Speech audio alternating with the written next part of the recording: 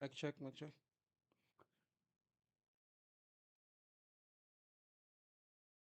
How about now?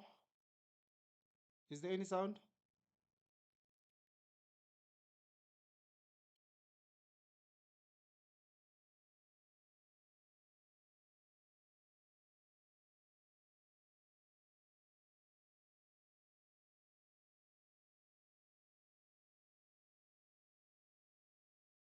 Oh, okay, that's great. We will end up becoming sound engineers. Yeah.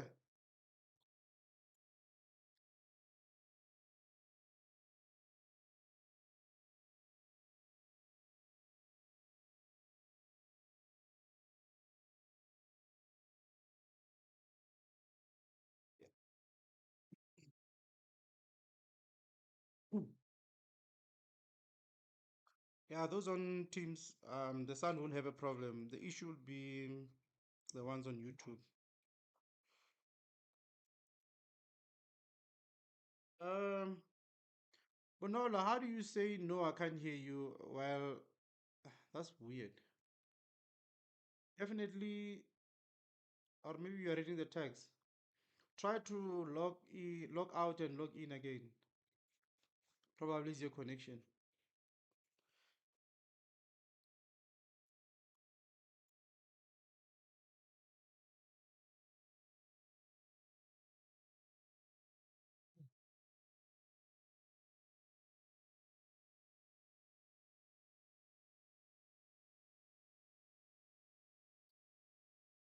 All right. Yeah. The thing is, I'm what do you call streaming on Teams and also streaming on YouTube, so you can think it's quite hectic. All right. Welcome everybody. For those who just joined us, today's class for Learning Unit 3 probably might be the last class on Learning Unit 3. So what I'm going to do, let me start the recording. The recording is on.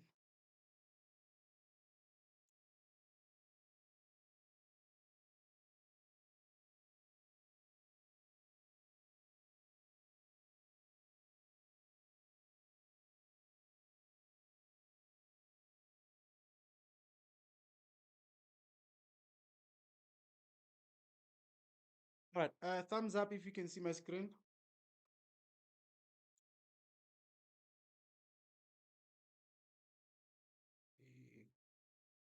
All right. That's good.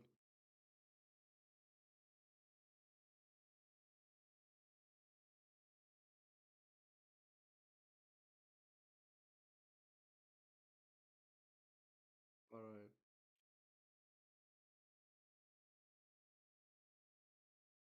All right, let's start. So today we're going to be okay. Before we start, just a little bit of recap.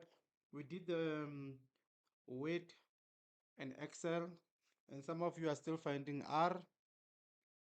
Some of you have found it, so which is a good thing, of course. Um, I will attend to my homework towards the end, actually, the R situation during the discussion. But for now,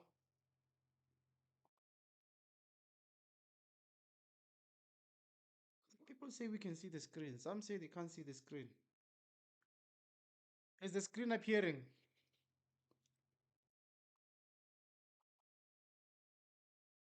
All right.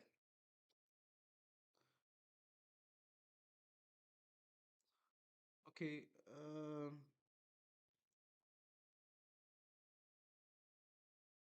YouTube also, they are fine. They can see the screen. So it was only Teams that could not see the screen. All right. So as I was saying that today we'll be focusing on PowerPoint. We're going to go through this quickly because I believe almost most of us understand how to use PowerPoint, which is one of those applications from Microsoft that are not that hectic actually to understand, right? But firstly, let's understand what are presentation applications, or maybe let's say presentation software. So this is an application used to create and deliver visuals, slideshows. Okay, so what it does, it just combines text, images, charts, multimedia into sequential slides to support an oral message or a report. That's what the PowerPoint does for you. So just think of a situation whereby you have an idea or you have a message that you want to present in front of a group of people. So presentation softwares can help you make the idea look interesting, appealing, or entertaining or informative. How does it do that? By using, of course, sound, visuals, images, text, chats, all those different things. Okay, that's what the presentation software does. So we have multiple presentation softwares that one can access, right? Laser point. For example, in our learning unit 3, we're looking at Microsoft PowerPoint. That's what we're going to check today. And we have something called Beautiful AI. I wonder why do they call it Beautiful AI, but it's something that you can use on the online platform. Google Slides, we have Gamma, we have Prezi and Google Slides, and Microsoft PowerPoint is one of the things that have been existing for the longest time. You have Keynote for those who are using MacBooks or your iPhones or all that. So you have Keynote, you have Pitch, Desktoppers, Visme, Canva. Most of you have used it in your assignments. LibreOffice Impress from a LibreOffice package that is competing with Microsoft, of course. WPS presentation also is a package that is competing with these are the suits actually. And we have a Skywork AI. These are not the only presentation softwares available out there, but it's some of the examples of the common ones. Okay, so what we are going to do now is we'll have to have a look on how I need a new file. All right, let me do this. The PowerPoint works. Basically, PowerPoint is like Microsoft Word. Let me try and zoom into, let me see if I can. Does PowerPoint? Okay, it does zoom in. All right. So, Flows Designer. Microsoft PowerPoint is not different from Word, Excel in terms of the functions at the top there. When you check the ribbon, the home, insert, transition, all those things, they're still appearing. The only thing that differs is just the elements and the different functions. Okay. For example, you realize that the home tab in most cases is similar because it deals directly with text. And then you have insert. Then here, because of this one deals with visuals and diagrams and all that, you'll find that most of the things here, the elements that you find, it has to do with graphics and all those things, either sound or whatever. And then you also have design, where you can change your themes, the variant, which means your colors. You can customize the size of the slide, the background, or designer, which is I would say a mini tool within PowerPoint that is more AI assisted in terms of how it can reshape whatever text that you have on the slide. It doesn't really give you new ideas, but it just suggests, right? And then we have these transitions, and then we also have timing. We have animations. We have slideshow. This is the presentation mode, like how I started the class. You were seeing CIC2601. I just moved to presentation. That's what I used. And then you can also record. I don't want to see that. You can also record yourself while presenting content from your slides. And then you can review. Here, that's when you check for grammar, language, and all those things, or even comments if they exist within your PowerPoint. And then view, you can decide to see in a slide sorter, notes, review, slide master. I will just quickly go through these slide masters and show you how they work. And add-ins is these are all these other applications, third-party applications that are going to work directly with your Microsoft. For example, EndNote This end node here is one of the add-ins, but instead of appearing here, it has its own tab within PowerPoint, like Adobe Acrobat. Okay, let's see. I need to see my chat while I'm presenting.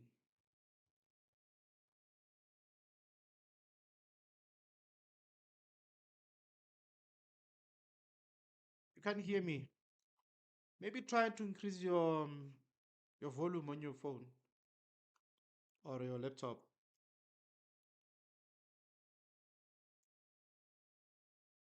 They said they can't hear. Can you hear me now?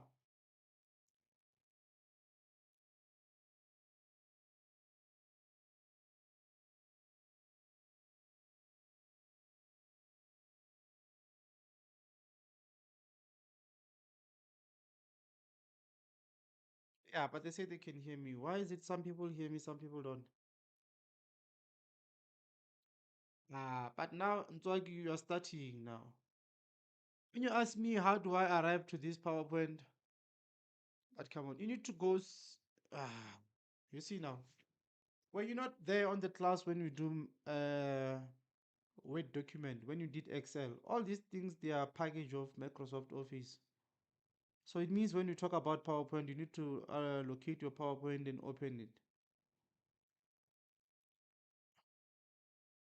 All right. So for those who are working on an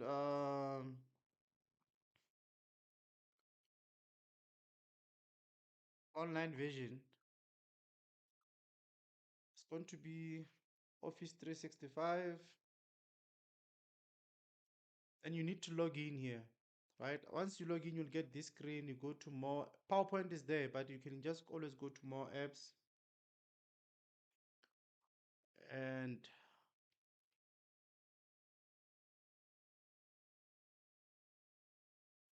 Teams volume is clear, but YouTube is not. Uh, Probably, but everything here is on high volume. All right, so when you check under apps, this is where you're going to find this. I'm sure I'm showing this for the second time now. So you can open your PowerPoint from your browser, right? And start working from that. Obviously, you need to create a blank presentation.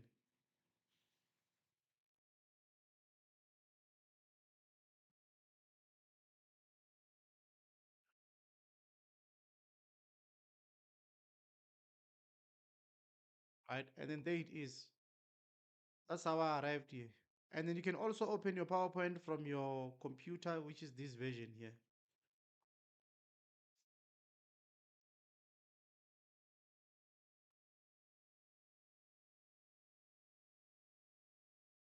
All right, so let's continue.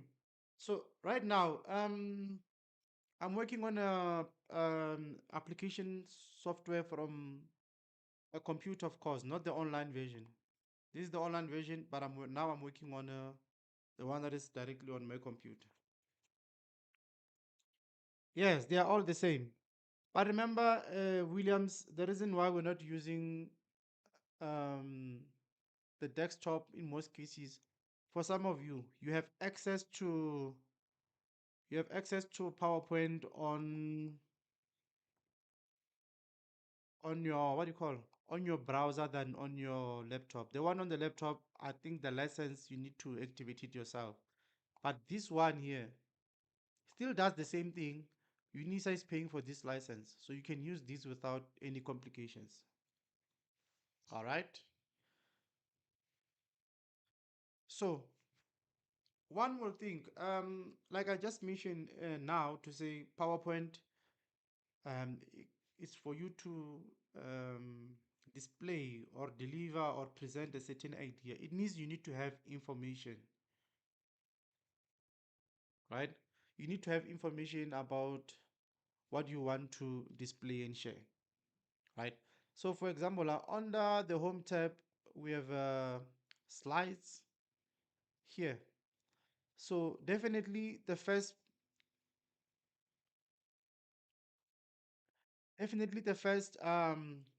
slide, it will be your title slide, right? So you go to slide layout, and then you look for title slide, which is what we are having here right now, right? I don't need designer. And then you give your slide a title. Simple things. Already you have information of what you want to present, okay? Let's call this one CIC2601 20 July class, right? And then also here it says click to add a subtitle. Maybe subtitle we can do one. Um,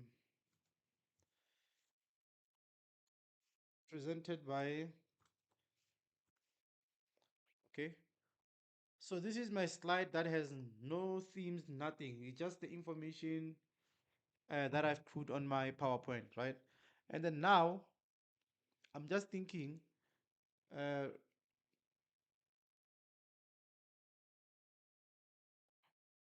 so I'm just thinking that what should my audience see after I show them my title slide? Probably I'll say go to under slides and add new slide, and let's say title and content. Okay. Probably maybe let's say okay, let me just use the all caps. Examples of spreadsheet applications, right? If it overlaps, you can always highlight the whole thing under font, reduce it from 44. Probably I'll put it at okay, at 40 it works best. And then here,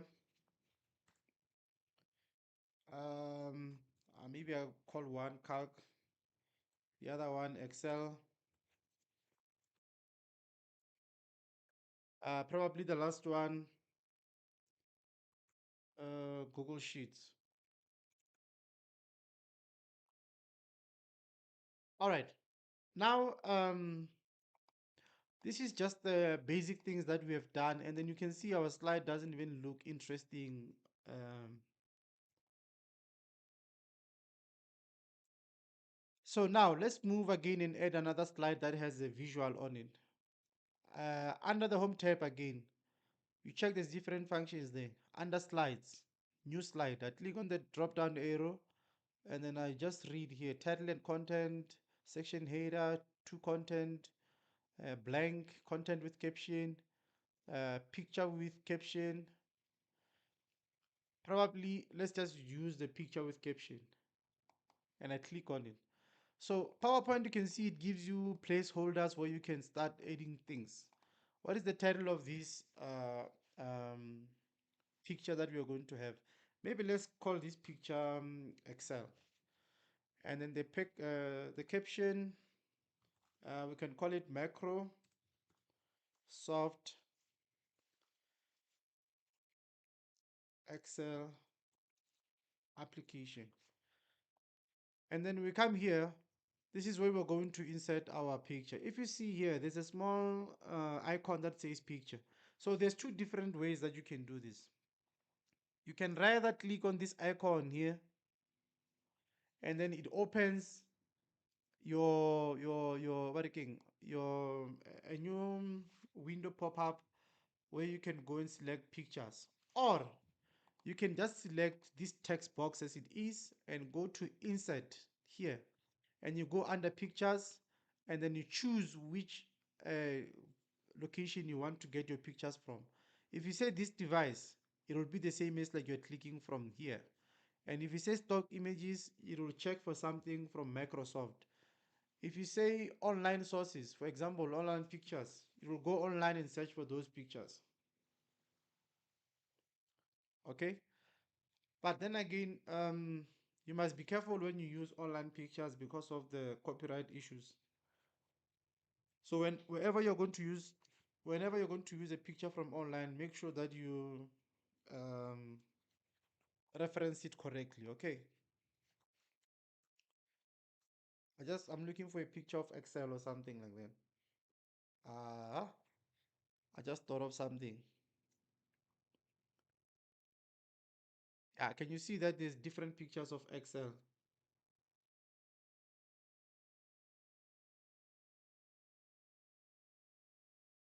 Yeah, remember when you say you're from 17 July, there's a recorded lesson. Your job was to go and watch the recorded lesson so that you can keep up of what's going on. Okay? And I also mentioned if Teams is giving you a problem, go to YouTube. There won't be any disruption there. So now I'm just going to select my picture of Excel from here.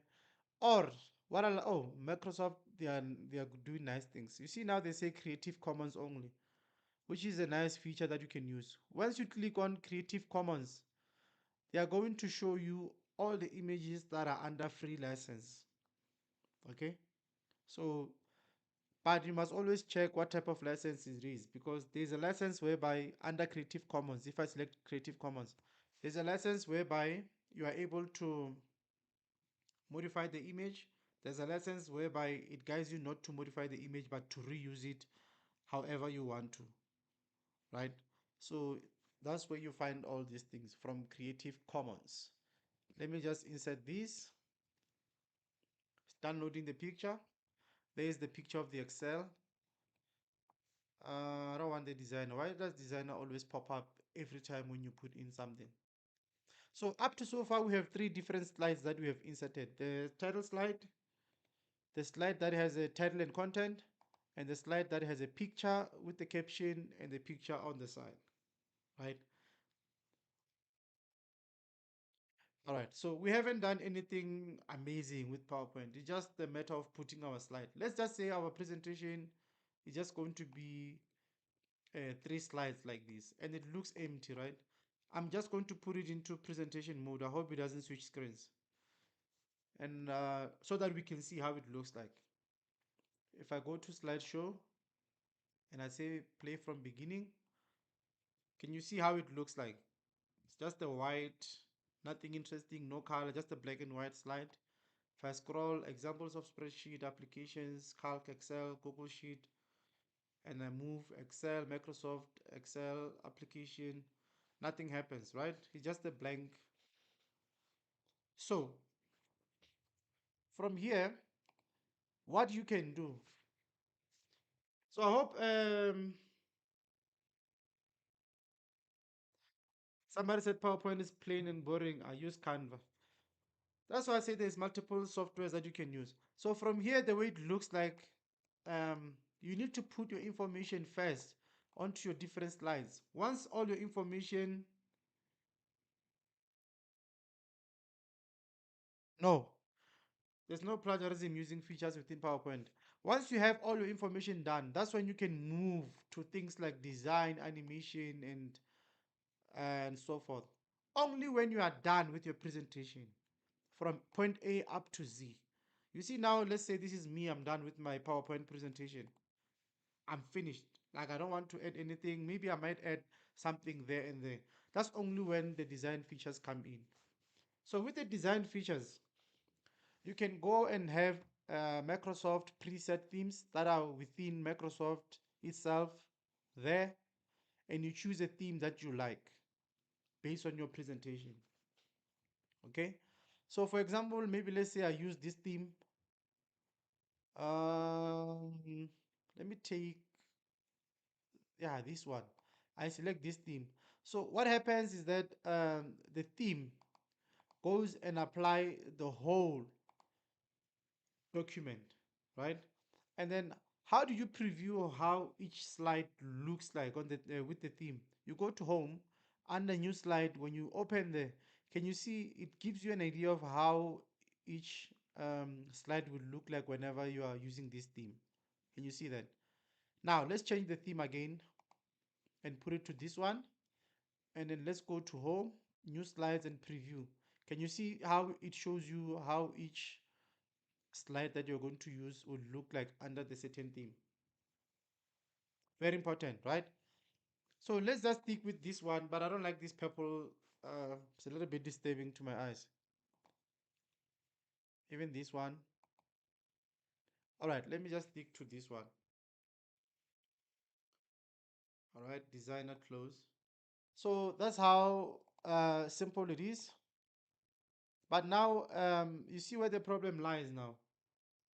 Immediately when I applied the theme that I applied now, calc moved above um, the line. So which means what I can do is I can resize this text box, move it a little bit down here so that it can fit nicely. It's nice. Let me check the Excel picture. Okay. You see now it has resized the picture. I don't know whether if uh, you will like it. You can also resize and see how you want to shape it. And then look, immediately when you put a picture from online, what it does, it tells you this photo by unknown author, licensed under Creative Commons, which is the license of the picture. So this is the best thing that you can do, which is very nice. There won't be any plagiarism when this thing is done like this. For example, let me put it somewhere there. And then my title, I think is fine. Let me go to slideshow, play from beginning. This is how it looks like. So this is just the basic use of PowerPoint. Okay? Basic use of PowerPoint. But now let's get a little bit creative now and add things into our PowerPoint. Okay, we're just gonna work with slide number 2. I'm gonna move a little bit faster now. Okay, so here you can see that there's this a text box that I've selected. It has different things inside. We have calc, we have Excel, we have Google Sheet. But I want to separate all these text boxes into 3 text boxes. What I can do is I'll resize it, right? And put it like this, and then right click on it. Oh, it doesn't show duplicate. But if I do Control D on my keyboard, it does duplicate what I just selected. So from here, I want to remove the word calc, and also here I want to remove Excel and remain with calc. I'll show you why I'm doing this. And I'll duplicate this one, Control D. I want to delete Google Sheet. Now I have now I have 3 text boxes now. And then here I delete, let's go. Maybe I can put this one here. So as you can see, I have 3 text boxes. Can you see that? There's one text box for calc, there's one text box for Excel, there's one text box for Google Sheet. So I can select all 3 of them. I just want them to be well aligned. I go to shape, right? And then under shape, I go to align. And then here I say align top, meaning that everything will be aligned at the top. It will be symmetrical, right? Guys, for those who are in the class right now, and then they are here to watch PowerPoint for the sake of doing assignment 3, may you please excuse yourself, because this is not a lesson for you to do assignment 3. It's just a lesson to understand PowerPoint, which is a skill that you'll need to apply in your assignment 3. Be very careful with that, okay? I see in the comment, stop asking about assignment 3. So now I just align these 3 text boxes. There's a reason why I'm doing this, okay? Now I want us to go and insert maybe pictures for calc, pictures for Excel, pictures for Google Sheet. Okay, let's go to insert a picture. Let's find an online picture. Um, I'm not sure whether if we'll find a picture for calc though. Uh,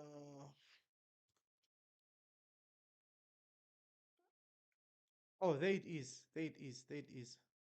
Insert it.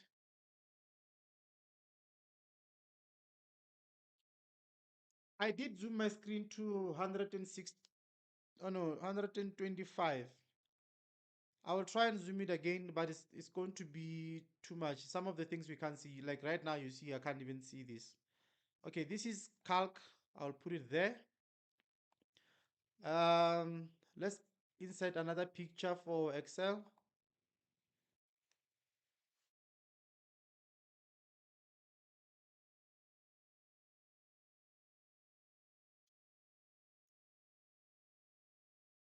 Um, okay, use this one,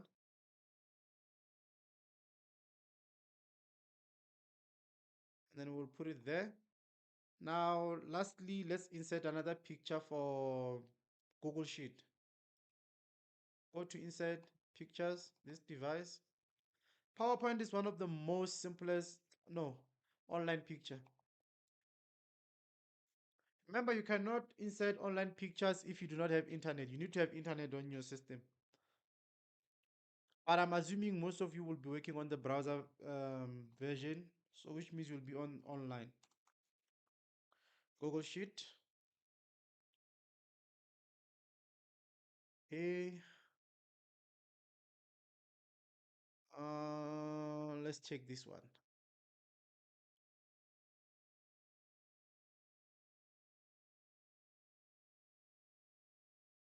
Oh, that's quite huge. What happened there?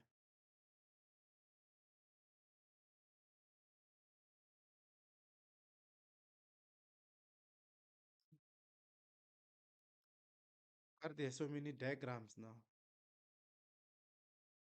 All right.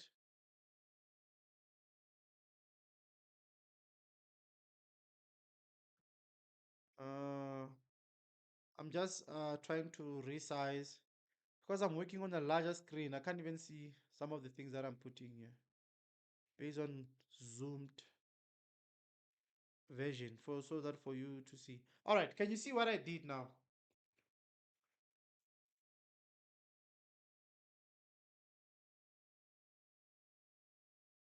So how I insert pictures, go to insert under pictures, images, click on the drop down.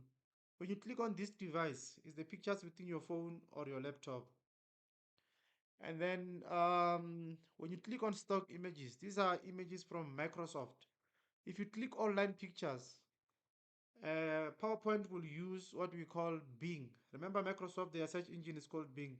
You will search for pictures online. That's how I inserted those pictures. All right, now I have Calc, I have Excel, I have Google Sheets.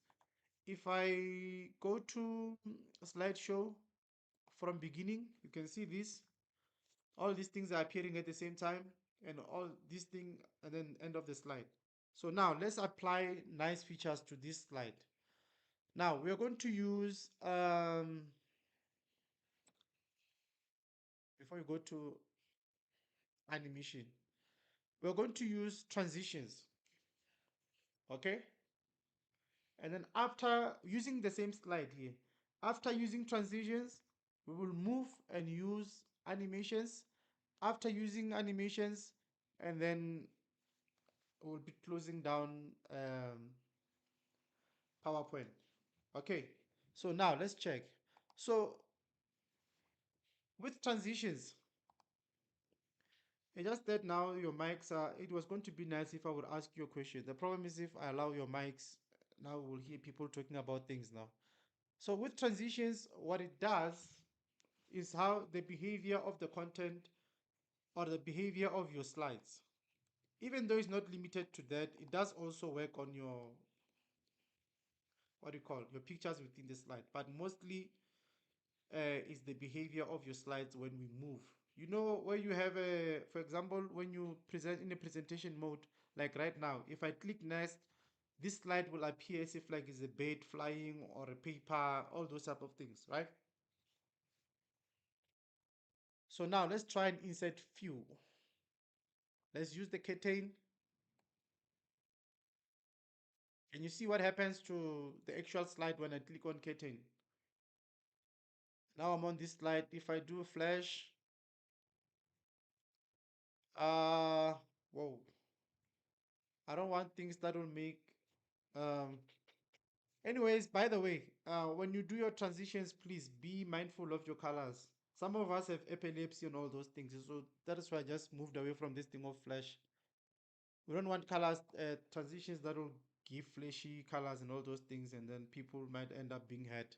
Okay, so let me look for something simple. Fracture probably. That's how it looks like. Here, let's see. What can I use? They say exciting. A paper plane. There you go. And then the last one, let's use a ripple. Okay. Now let's go to slideshow. Let's go to slideshow. The first one from beginning. You see what happens. And I click on next. You see what happens. And I click on next. You see what happens, and then that's it.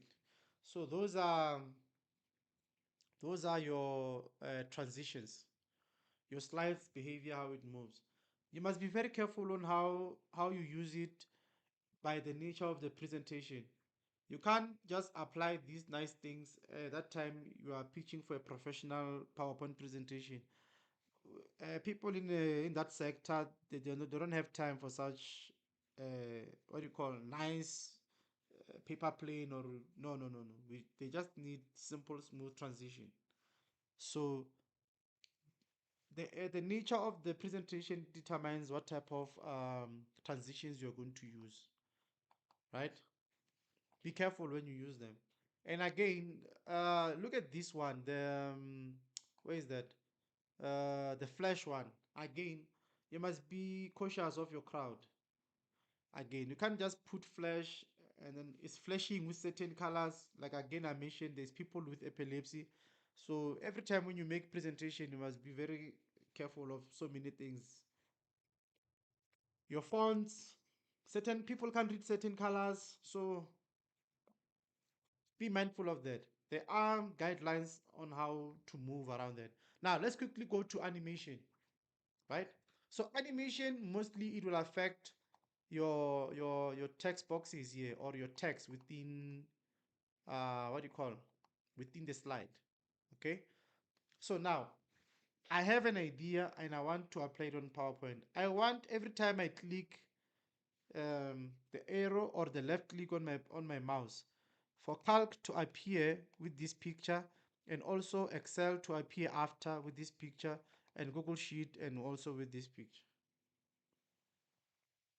Okay, so now if I want calc and Excel to appear, calc and its picture to appear at the same time, what I can do is I'll select the text box of calc and hold control on my keyboard, select the picture. You can see now both calc and the picture are selected. And I go under animations, I check what type of animation do I need. Do I need an entrance? Do I need some sort of an, and then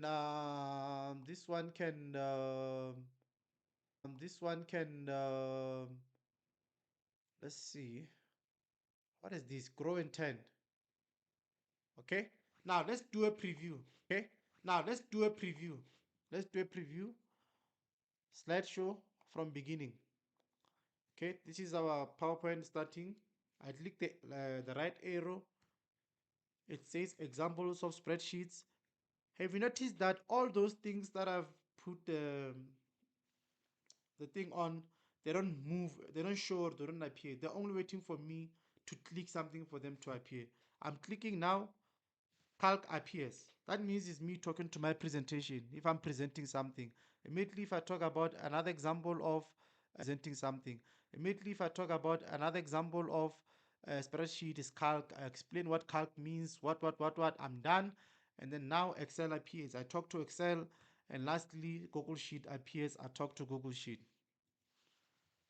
Does it make sense? Thumbs up if it makes sense.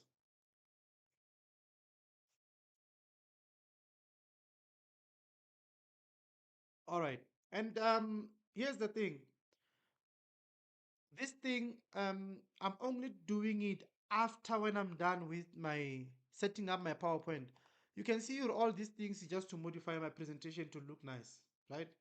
I'm not um I'm not adding new information, typing. No. Always start with having information on your PowerPoint, all information that you want. Once you are done, then you can go and start adding transitions, animations, and all those things. So let me just show you, for example. So if you check here, there's an entry, there's an emphasis, color pulse, whatever, spin. It means like, okay, let's do an emphasis on this image. I'm just going to click on this, click on delete, and then apply emphasis. I wonder at which level will this appear since it's the first one. Okay, let's say spin. You see what it does. But now the problem is one. The problem is one. If I check my numbers here, it says 1, 2, 3, and 4. But calc is the first one to appear. It means I need to find a way to reduce this number here. Okay, let's go.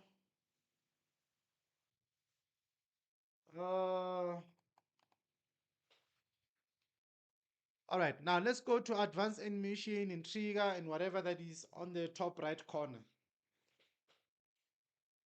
What do you mean Almighty has your what do you mean Almighty has your corner or your back? All right, so as I was saying that if you check, calc is the first one that appears and Excel is the second one that will appear. Can you see here, and check here on the top animation pane. How do you access that? Under animation, advanced animation, animation pane. When you click on it, it appears. It shows you what appears first. And number 3 is Google Sheets. Let me demonstrate quickly. You'll see. If I say play from the beginning, so calc appears, Google Sheets appears, and then this appear. This one will start spinning now. But now I don't want it to spin now. I want it to spin when calc appears. You see? So this is how you change the order of your animations. So you come from here. Then you change how which one appears first and which one does not appear first. So there's an arrow here at the top. If I select this, right, and I click on the arrow, it moves it. As you can see, it means now calc will appear first, and then the emphasize will appear um, after immediately when calc appears. So that's the reorder there. So let's do a preview. Slideshow, play from the beginning, and I play. There's a calc, maybe emphasis onto something, Excel, and then so forth. So that's how you can move the what do you call the reorder of your animation. So similarly with your yes, the class is recorded. All right, so other things like recording, this is just a matter of clicking on record. It's straightforward, right? I don't want to click on recording because of I might lose sound on my YouTube.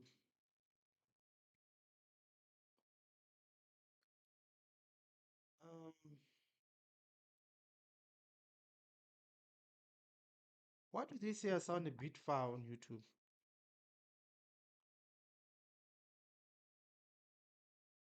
Mic check, but the sound looks fine.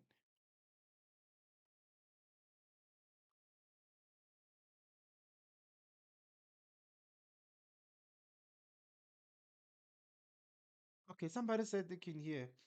Guys, try to increase volumes on your devices, please. All right. Let me go back to my Teams.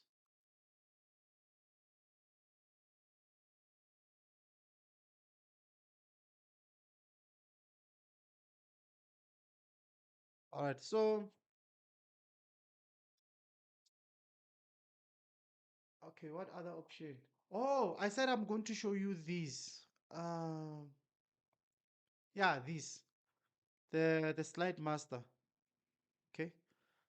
Let's just go to home and then go to design, uh, themes. Okay. All right. I'm just going to put this as a slide that does not have any theme on it. Okay. So that I can show you how these things work. The slide master, slide sorter, and all those things. Okay. Definitely the master view. So with the master view, let's just say, for example, you're not interested in using these Microsoft themes. You see these themes here. You don't like any of them. What you can do is you go to view under slide master.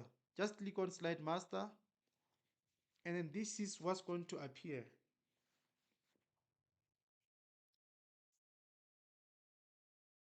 right? So under slide master, this is what's going to appear. If you can notice, this is just the, what do you call, those templates that you see when you go and say insert slide. Can you see that? Two content with comparing two content, title with the subtitle. What is this? Just the title only. Blank slide. Can you see that? A picture with caption. Can you see that? Title with the content.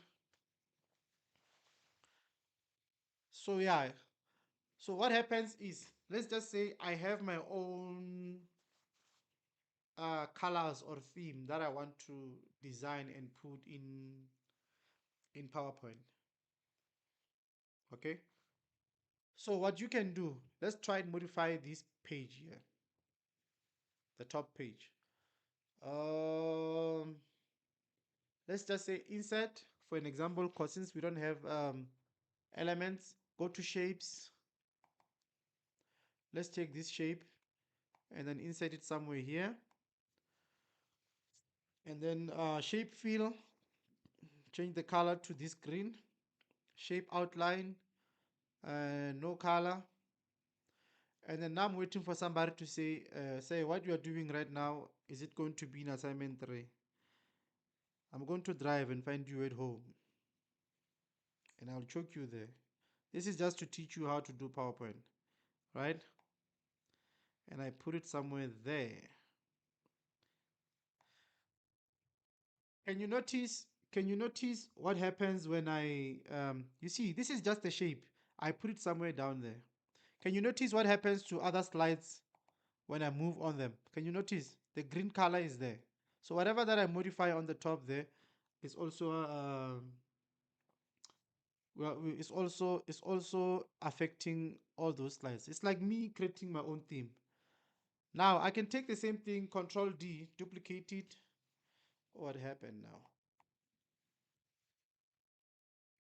Uh, Control D, duplicate. Let me resize, and I put it at the top there. Uh, can you notice what happens to my slide? Hmm? So now I go and close the master view.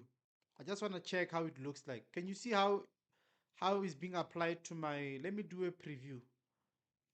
Review, I mean slideshow from beginning.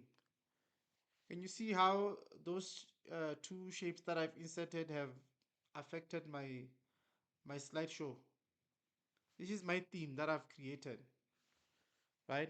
I go to view again. I go to slide master. I'm only modifying the top part, not the bottom part, only this top part here. Shape format. Oh, let's see. We can just do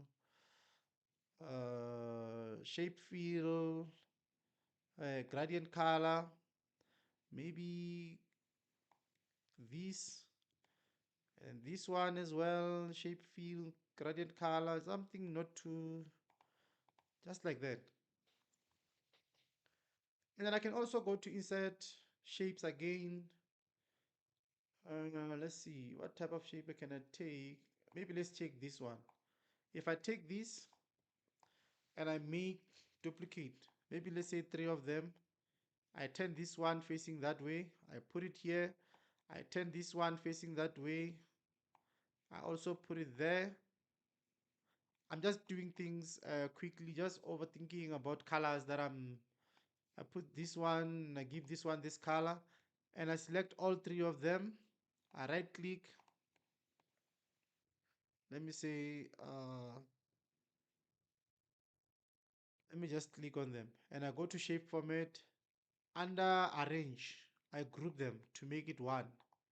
Now is one shape. I can resize it, right?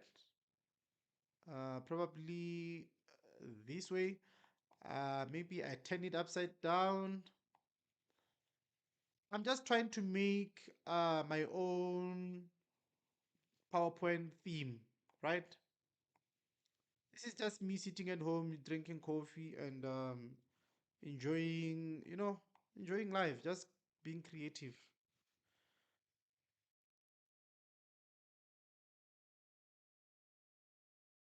forgetting about the World Cup and other things in life, you know. So now let me close it.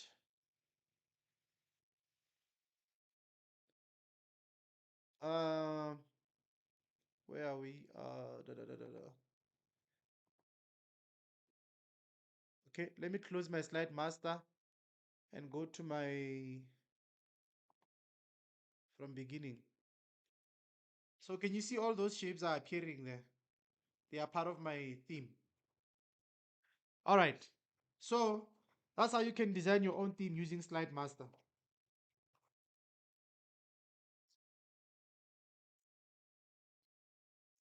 So thumbs up.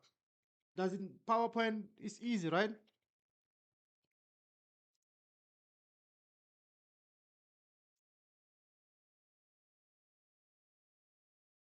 Yes, PowerPoint is quite easy.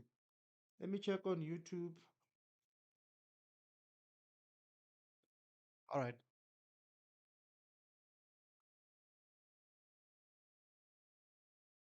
Yes, PowerPoint is very easy. Just a matter of you need to the design principles of a PowerPoint.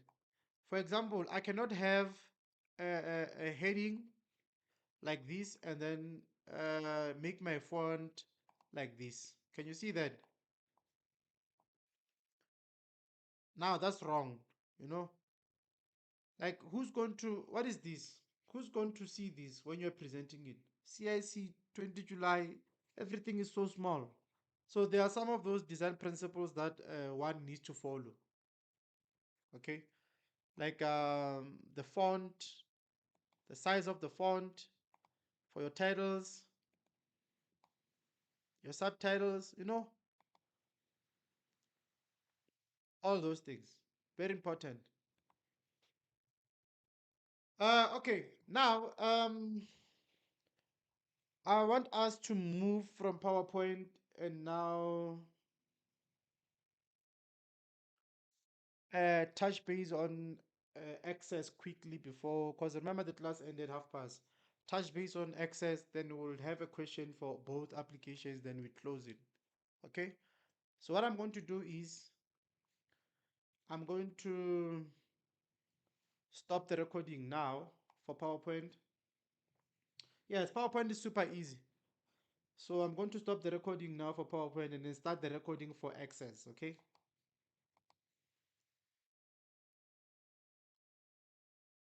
Let's see. All right, the recording is stopped and I'm resuming the recording again for Microsoft Access. So guys, with PowerPoint is very easy, just a matter of the difficult part is you putting on your what you're going to say, you know, on the slides.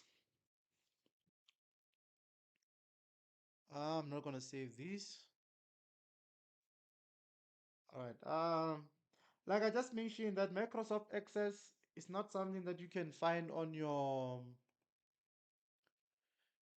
Office 365 online application. Even though you have Microsoft Forms is not Microsoft Access. You must differentiate the two, okay? So now let's continue. I see the chat is busy there. What's going on? So now let's look at the database management system. Okay, one will call it DMS or DBMS,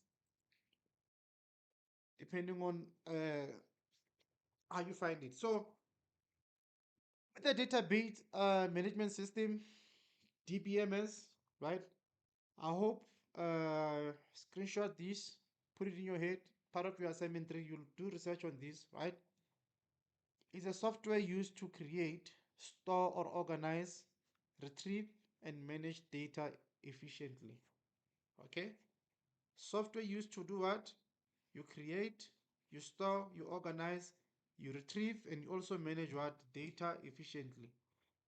It acts as an interface between users, applications, and the database, ensuring that data is stored securely and accessed correctly. All right. So I'll give you an example before I move down there with the key function. Um, your Facebook, your Twitter, your WhatsApp, our Microsoft Teams. Let's just say every application that runs, right? Every application that runs belong to a certain database, right? For you to log in into WhatsApp, your information is stored somewhere in another country or whatever, right? Wherever it's stored in, where it's secured, and then you can access it. Yes, so meaning that when you're sending pictures amongst yourself, those pictures are not only acquired by the two individuals who receive the what do you call, who send the pictures to each other. There's also third-party companies that have access to the same data. For example, your police services. Whenever you're sending a message and saying hi to someone, your police services have access to that message.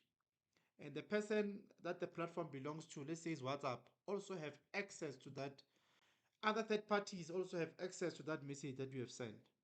Just because of like they are using this thing, database management system, everything is captured. That's why that whatever that goes online cannot be deleted. If they want to retrieve it, they will retrieve it. Okay. So one of the key functions of I will call it DBMS include data storage. You see this part.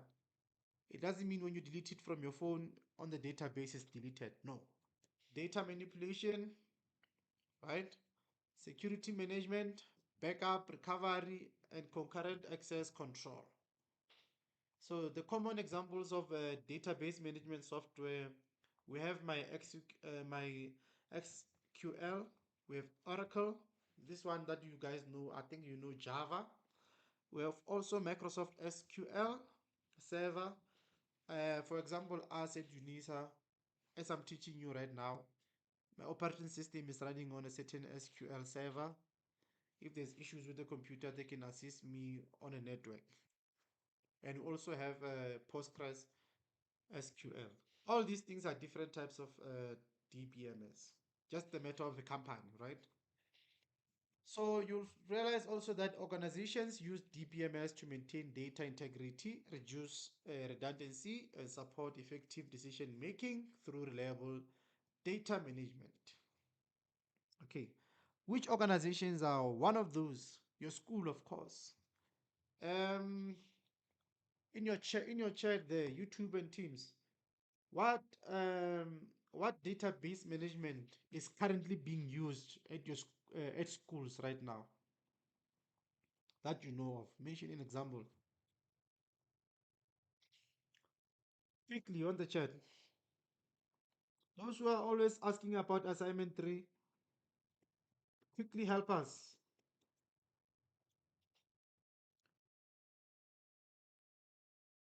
I realize you are very active on the chat there. Somebody said Teams, SASMs. Correct. SASMs. Centrix Leona, correct. Exactly. You see? Exactly. Microsoft is, yes. I don't know D6 app. What do you mean Java? On YouTube?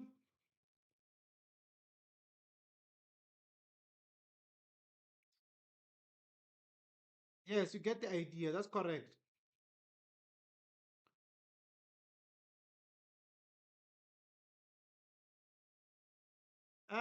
No. Avika, no. Remember, I just explained what database management does. When you check Microsoft Teams, try to, unless if you say Microsoft Teams with the SQL link to it somewhere, somehow. I don't know. What do you mean Google? Google Classroom, yes, it can be used, but again, you need to be specific how. Remember, Google Classroom is a learning management system. It can also, you can buy a storage online, which of course the storage that you are buying online will go with a certain link or alias for your school. Maybe we will say mamba at dtc school dot mamba at dtcschool.com, meaning that my alias is dct schools, which belong to a certain database. What is cloud?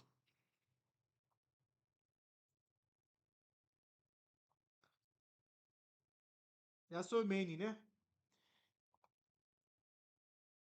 All right, now let's continue. I want to open Access, but now Access, I'm just going to do a simple, I'll just think of an example that will be applicable at school level, okay?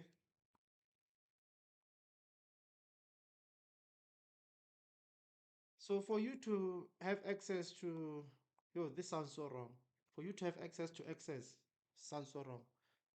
Yeah, for you to make use of Access, actually, you need to have Microsoft Office package installed directly to your computer. You cannot use this on your online version. One of the reason is because let me see. One of the reason is because of this. Uh, the um, the SQL server, right? Let me see. Where's my access now?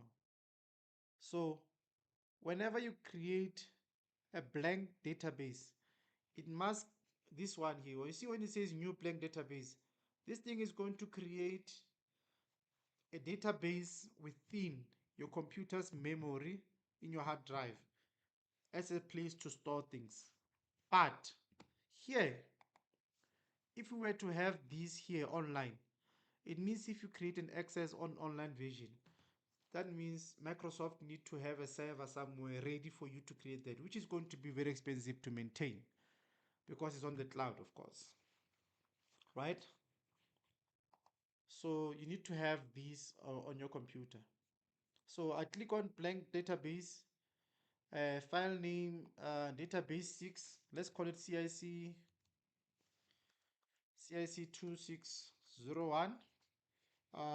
2007 2026. CIC 2601 2007 206 with the date and then create it. All right. Can we zoom in here? Database is something else. No, we can't. Unfortunately, I cannot zoom in the screen here. If it's possible, please try and zoom from your end, right? Try and zoom your screen from your end.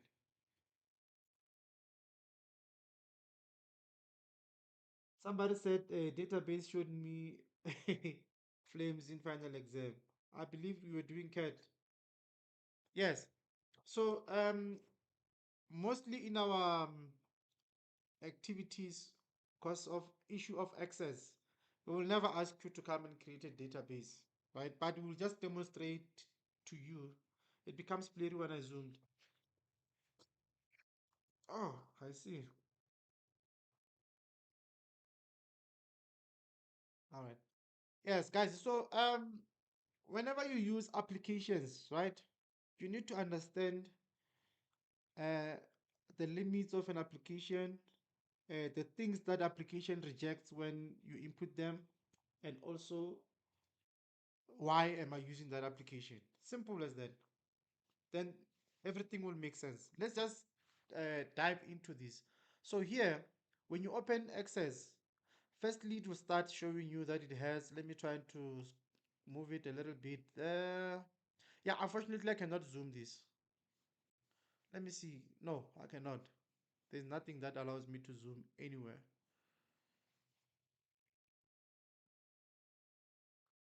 All right. So you can see we have things like tables, you have things like form, you have things like queries. We're not going to go through all those things. I'm just going to show you basic things that how this what do you call access work in terms of like maybe let's say retrieving, saving information that is being stored, right? Looking actually at these functions here that they've mentioned here, storing and accessing data, data manipulation, and all those things, right? So back to it. So if you check there, we have a field called an ID, and you can also add different type of fields. You can change them up there, but you will notice that, for example, if I type, for somebody who's seeing this is not Excel, okay? This is Microsoft Access, okay? And then also, all those functions that we have on Word, PowerPoint, now they are no longer many. Can you see that? Let me just try it. Home. You see there's so many little functions. It only says clipboard, sort and filter records, find, text formatting. Let me just quickly go through that with you. You can also create templates, tables, queries, forms, reports, Microsoft, again, macros and code, external things, Excel. Definitely it will work directly with Excel. You can import links, and then you have database tools, compact and repair, visual, run macro, relationships, objects, all these different things. And then you have fields, and then this is where you'll be doing most of your things under table fields. Okay. I want to see chats. All right, let's go. People on YouTube, you're fine. The class is whoa, whoa, whoa, whoa, whoa. What do you mean connect to encoder? Okay, we're fine. Right now, since you have created your new database, we have never inputted anything. Right now, let's think about, I want you to quickly um, put in information in the chat that we can retrieve from a learner who's a new, from a new learner at a school. What type of information would you request from them? Thinking about things like name, surname, address, all those type of things. Quickly start typing those in the chat.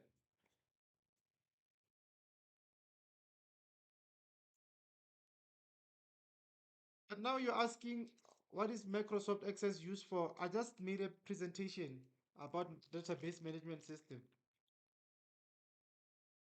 All right. Okay, good. So now what I'm going to do is if you check here, if I say name, I see name. Now I want to go and type the next one. You see it's giving me problem, but if I press the tab key, it does create a field and then I can type something there.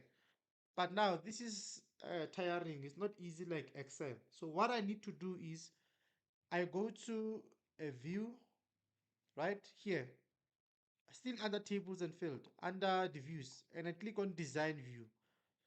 Okay, for more information. Okay, immediately when I click on what's going on now, the field name you entered does not, oh, let me say surname. I cannot leave the field empty. Then I go to design view, and then the table, yeah, it's fine, table one. All right, so now we are under design view. If you check there, the ID is there, is blocked. This one will never change. And it's also what? An auto number. Meaning that this ID, it will be for every student who enters in the schools that we capture. And then they will never have the same ID. For example, if one is used, there's no way the system will use one again. We'll keep on continuing one, two, three, four, or we can always modify how we want our ID to appear. Okay, so field one, for example, and field two. So under field one, let me say name. Okay, and then the type of data that we need here is going to be short text because we just need them to input what? A text. And then under field two, say name. The type of text also we need short text. The third one, I saw things there. Uh, okay, you said student numbers, but we talked about a learner from primary school. Let's say age, and then short text is fine. Gender, short text is fine. Or date of birth. Can we say DOB or date of birth? Okay, it's fine. Let's just put it in full. Ooh wee. Date of birth. Ah. What else? Okay, great.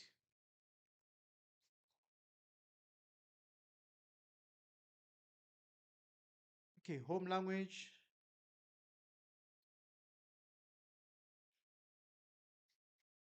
Oh, typing so quick and I'm just pressing.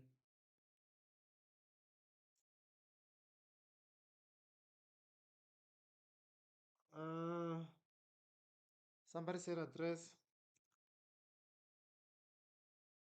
I think we have enough now, right? Mm, mm, mm, mm, mm, mm. Uh, what would be the email address for this, the learner or the parent? Oh yeah, yeah, yeah. Yeah, just forgot. Remember something. Parents' details or parents' names. What should we say under parents? Eh, ID. Okay.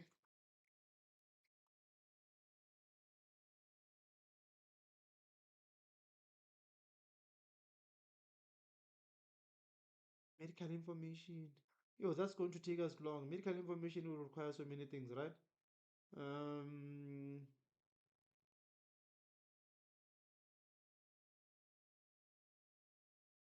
is the teacher's name from the previous school or what? Oh, race.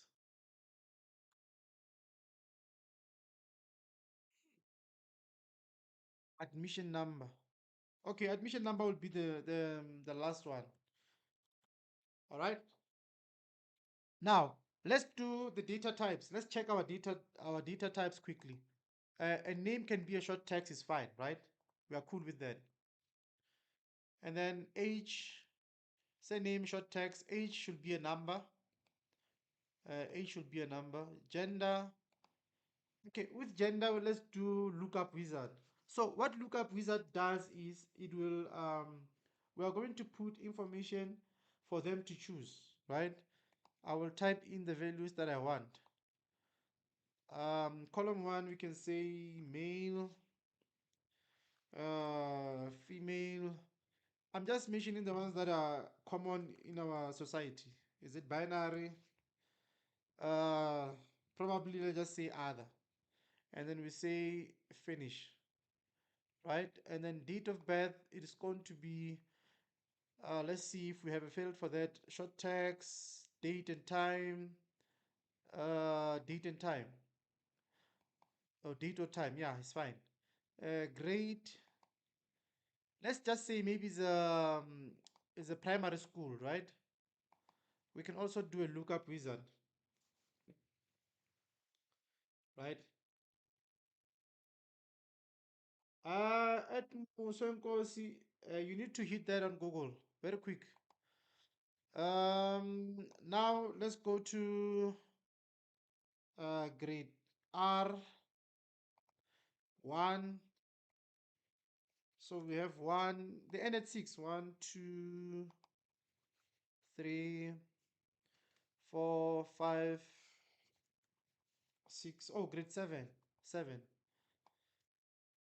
I hope it's taught. Home language. Okay, this one will let them type it. We can't just type all those 11 official languages. Address, short text. And then we have parent's name, short text, maybe. ID number also can be a number. Uh, Also with this one, let them choose because of it's the same as home language. We don't know admission number. Let it be a number. All right, we are fine now, right? And then let's see. Yeah, almost everything is here. Okay. Now let's move from here to datasheet view. Do you want to save? Yes, I want to save. Um, See, I was even typing on a wrong, whatever that is. Okay, if you can check here, the field name, surname, age, gender, date of birth, grade, home language, address, parents' name, ID number, race, admission. All of these things, this table is going to be saved and can retrieve, store, and give out information for us, right? Now, let's go and put it to the test. What we are going to do is, let's go and create a form, okay? Just go to create, and we create a simple standard. What's going on in the chat now? And then let's go and create forms, okay? Immediately when I click on a form, it gives me a form for what? For table number 1, okay? So immediately when I click on that particular form, on the right side, there's what we call property sheet for that particular form that I've selected. And then from here, we have an auto header, which is the header there at the top. It says table 1. If I click on this arrow here, I'm able to go to form itself. It means now I have the properties of the whole form that is here. Okay. And then I'm just going to look into certain function. Let's see what I want. I want to enable an option to accept information. Let's see under data, record types, and fetch defaults. Wait, data entry. You see there, I just put under the data entry. It says no, and I'm just going to allow it and say yes. Oh, what's happening now? Data entry and say yes. Now it's fine. It does allow data entry and all those things.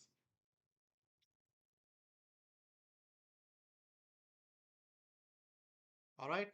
So my form is going to receive um, an ID, name, and all those things. So for it to do that, I need to give it different functions so that somebody who is in the school admin can use it, right? So I just go to form layout design under control. You have these different things here. You have select. I'm just going to have on it text box, label. You have a button. You have tab control. You have links. You have Edge browser. All these thing. What do you call this thing? Combo box where you can put text, checkbox, all those different things. But now I need a button. I'm just going to click on a button like this. Uh, what happened to my access now?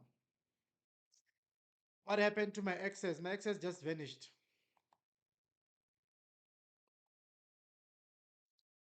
No, the recording did not stop. You see my access just crashed.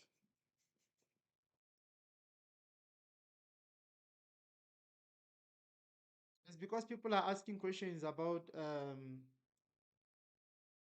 assignment 3 there. That's why it's crashing. Let me create another form. Form. Okay. I hope this thing didn't change. Form data. What is it? Allow data entry. Yes. Let's save. Let's just save so that when it crashes,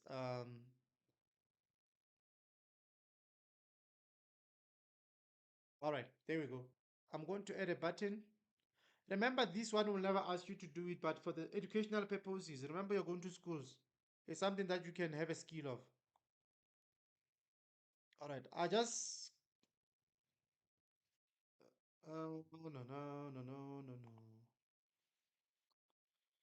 Uh,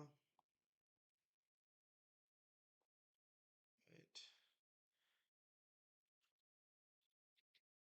Let me delete this button quickly and zoom in this space.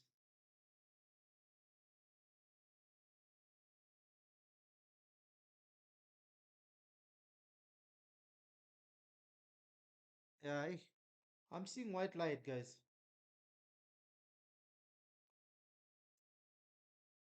Things are not visible here. Why do I have a...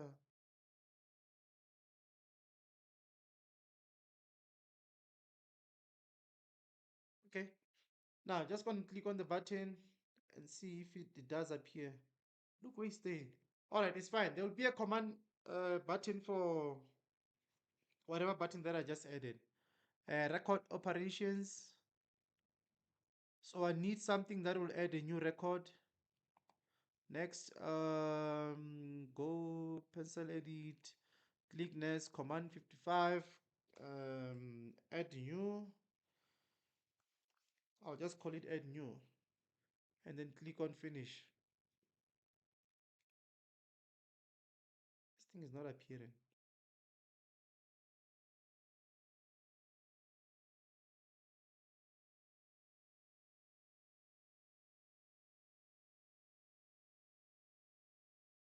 Yeah, this is challenging now.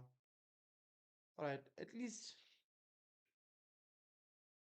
hey, very, very, very small. Okay, let me try and add another one.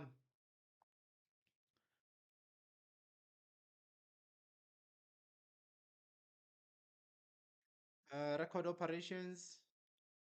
Let's see, save a record.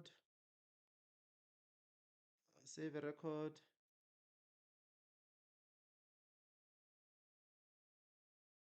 Command save record. Okay. Finish. Why is it so big?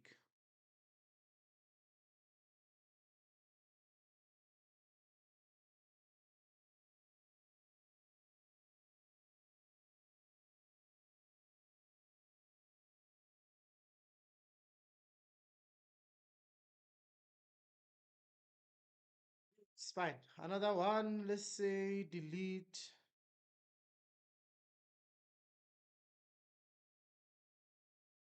button. Record options. This one we can do delete record. Yeah, I think those are the three that we can just have for now. Next, command delete record. Finish.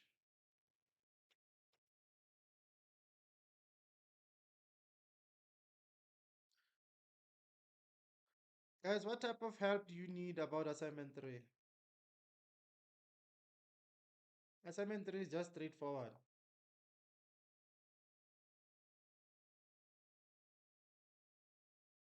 Okay, guys.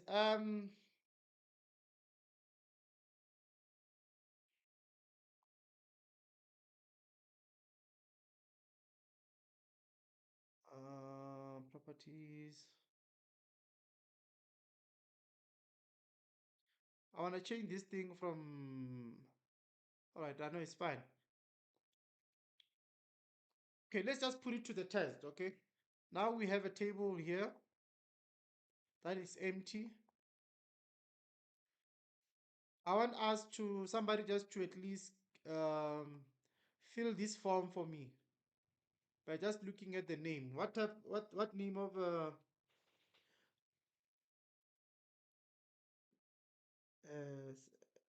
everything on assignment 3?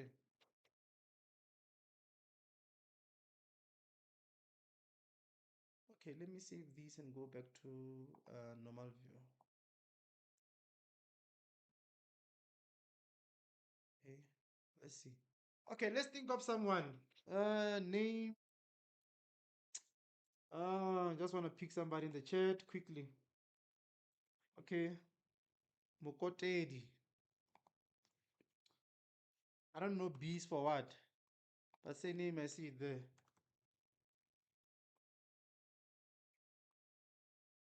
And then age, maybe Mokotedi is 15 years old.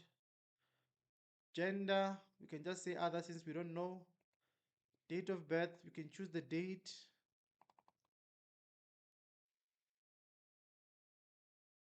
When were you born, Mokotedi? Oh, this thing doesn't even have the ability to select. Let's just choose any. Um, the grade, we can say they are in grade 7. Home language, let's just say English. Maybe 21, my clinic. Uh, Parent's name is Chueni, she's the parent. ID number 1, 2, 3, 4, 5, 6, 7, 8, 9, 10, 11, 12, 13. Oh, it says numeric. How many? 2, 4. Can it numeric take? Oh, seems like numeric can only take up to 10 numbers. That means we're supposed to say a long number. This field here, we need to change it. Yeah, ID number. It must be a long number, not race. Let's just say black, for example. So now, after putting all this information here, whenever I click this button of save record, remember this button, we just created it now. If I click on save record, I'm expecting whenever I'm going to go back to this form, let's see, let me change the views. Yes. Whenever I go back to this form, can you see that information is captured there? So what happens is somebody who's working at the admin, you as the designer, you will create this type of a form for them,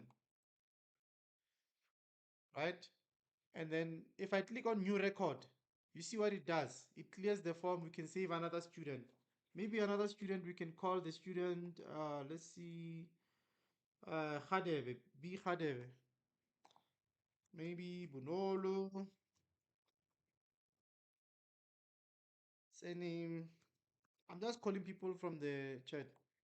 Maybe Khadebe is 20 years old, even though you never have a 20-year-old in other as well, since I don't know the gender, date of birth, let's say today, gender, I mean grade, let's say 6, home language, even though is there any Khadebe from, I mean in a pedi, what, let's say 10 Pretoria,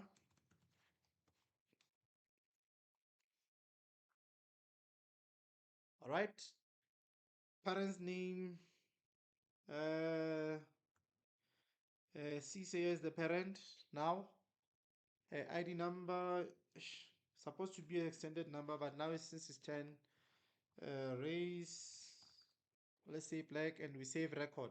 So now new record, let's add the last one. We can take who? Bati, H Bati. Uh,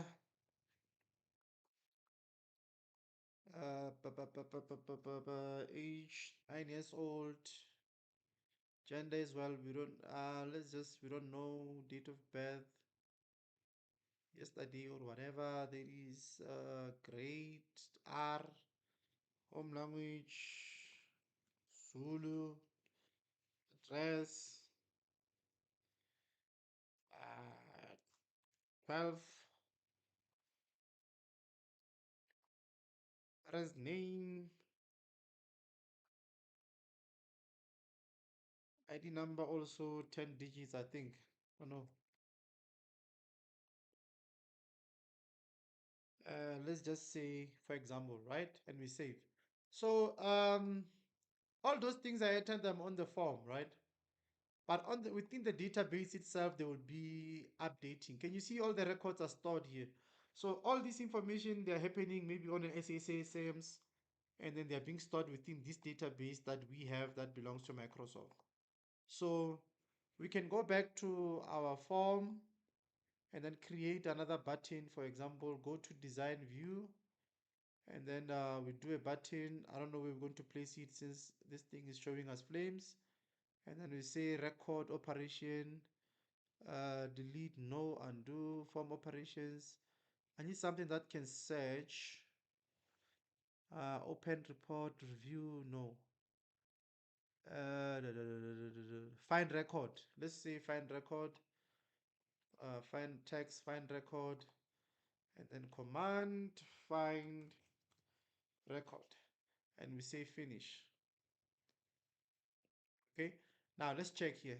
If we check here, the ID that we can use, there's two belongs to no one, three belongs to Muketedi, four belongs to Bonolo, five belong to Bati. So if we go to our form, for example, let's do form view, and we use the find record option.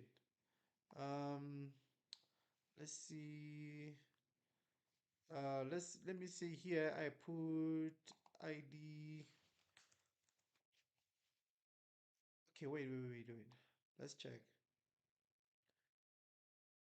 Okay, Mukotedi Khade Bati. All right. Form view Bati. I'm just assuming that these records have, let's say, we have like more than 10,000 people within the database. This is the last thing that I'm showing. Then we move to questions. And then now I can click on find record. Find what Bati. Let's see. Does it go?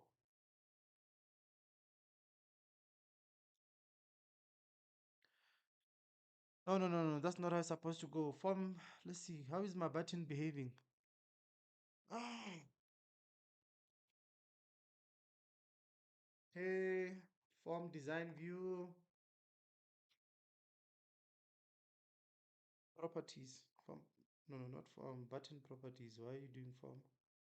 There we go.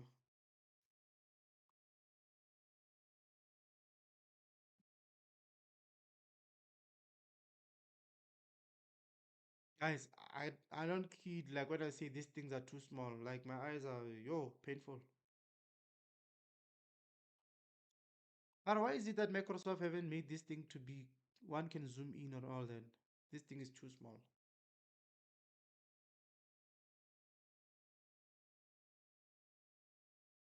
Come on, I need to see something that can find record within the same form. This thing is too small. Let me delete the button and add another one. Probably.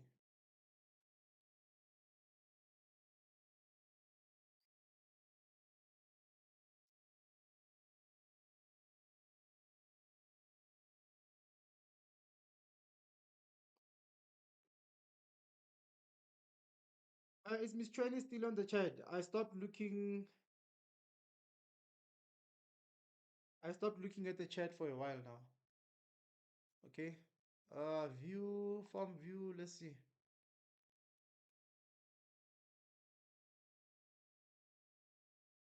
Okay, delete, save. All right, now I see why. Now I see why. I need to have a button that can clear whatever that is entered on the form.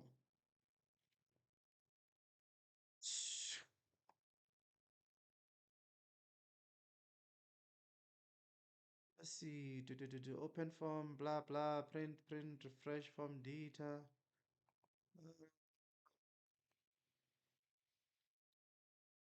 All right, let's see refresh form data. What does that do?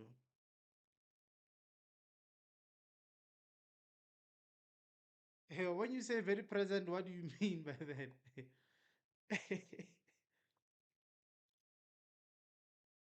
Let me see. How does this? Nah, this doesn't. Find what party? But yeah, the name appears, but nothing. The information on the field doesn't show anything. Do you have a party there? Oh, is me? Oh, is me spelling party wrong? Yo, why you guys don't say anything? No, the button work is me spelling party wrong. It's supposed to be BHATI. Yo, there you go. You see the information appears there. So if I search for Hadebe, Hadebe information appears there. Yo, yeah, the thing is too small. But either way, when you watch the recording, it will help you.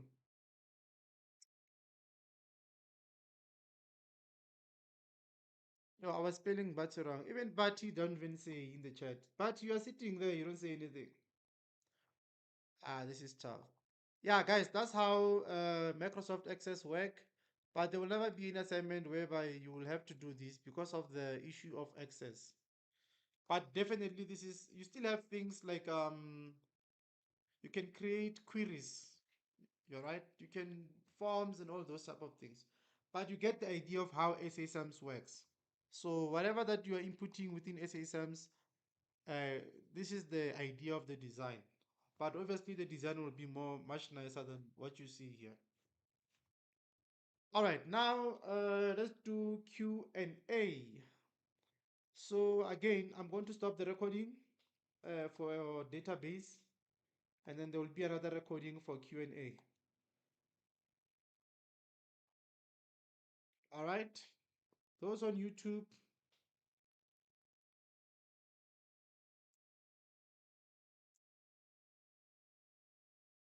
all right.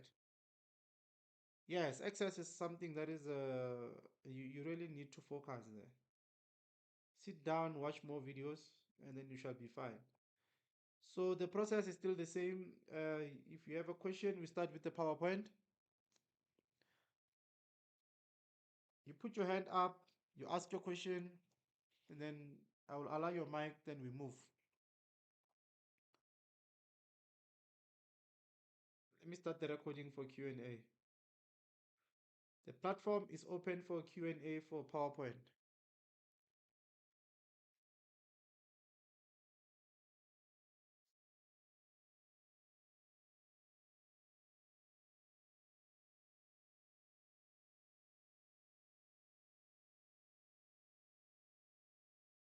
Uh,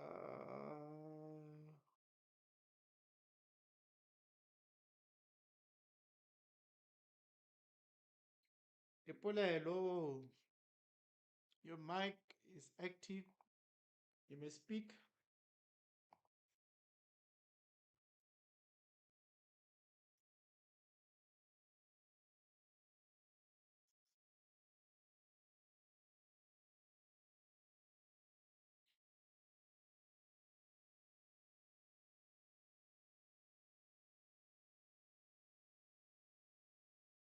Epolelo, I see your mic is active, but there's no sound. Say something. Or maybe we are speaking is. Eish, see this thing of streaming on multiple devices. Let me try and see if my sound is fine. Uh,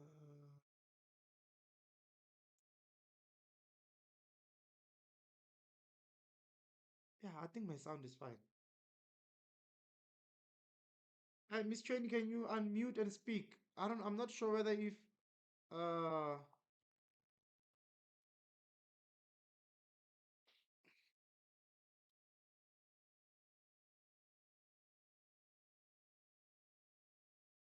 Miss Train, you are a presenter. You can unmute and speak. Oh, now I see. What is going on today?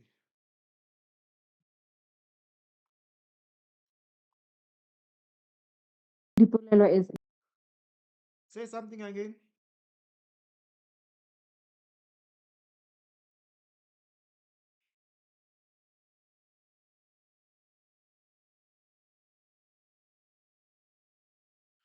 I think there's something Okay. wrong with you.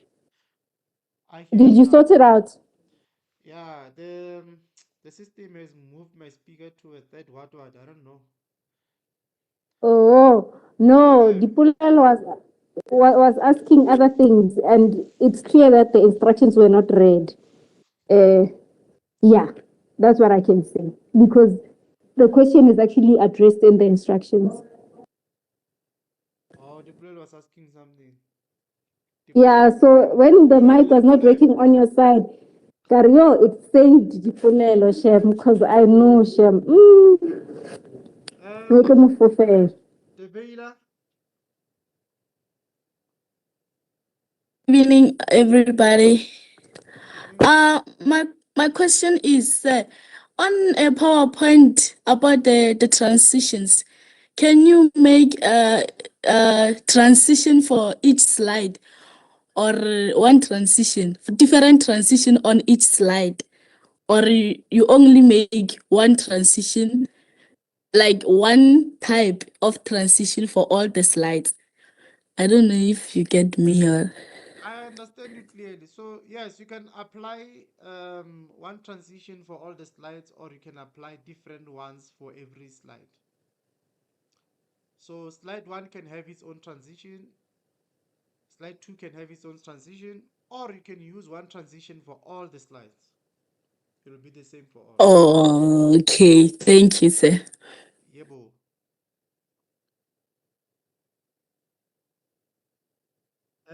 It seems like people don't have questions about PowerPoint. It means they are sorted.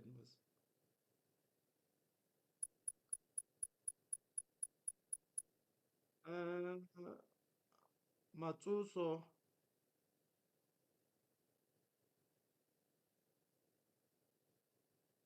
Good what? evening, Mr. Mamba. Evening. Yes, I wanted to know on the PowerPoint presentation, should we do it like you, or we can still like use designs as we move like slide to slide, or we should do put like the whole information first, or then use the designs? Um, you can do it whichever way. I was just showing you one of the best way how you can do your thing, your presentation.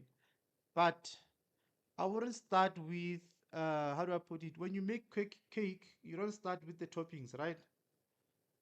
Yes. Yes, I wouldn't start with the designs transitions first. No, firstly start with your information first, and then once you are done with the information, then you can start working on design transition, and that's your final part of modifying to make it look nice or whatever, you know? Okay. Yes. Thank you. Uh, yeah, no, there's no more questions. It means we are closing now.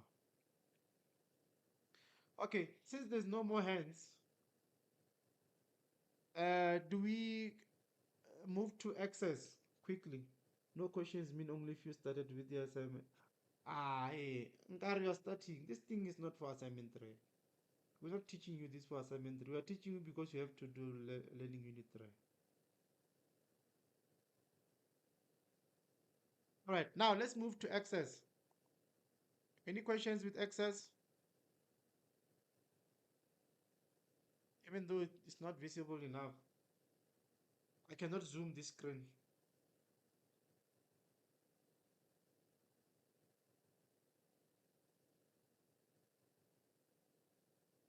About PowerPoint, I realized that when you add the picture for Carl and Excel, the other one,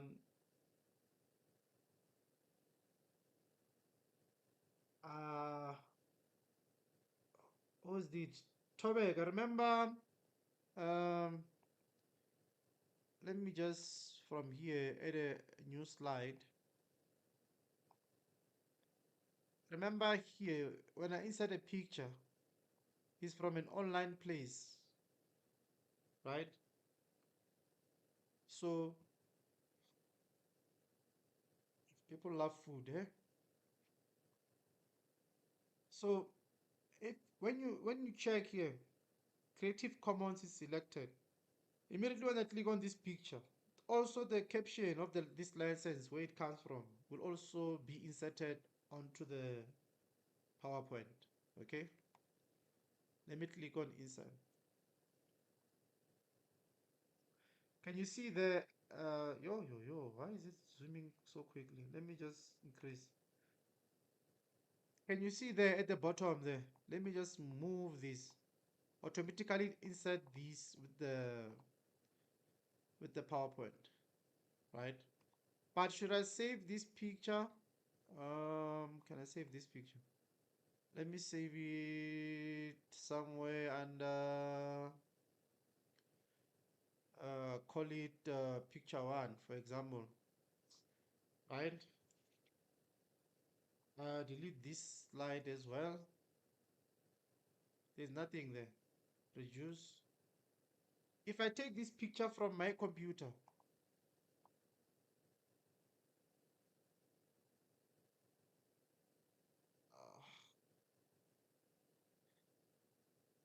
where is that picture now? It's no longer appearing. Picture one. There.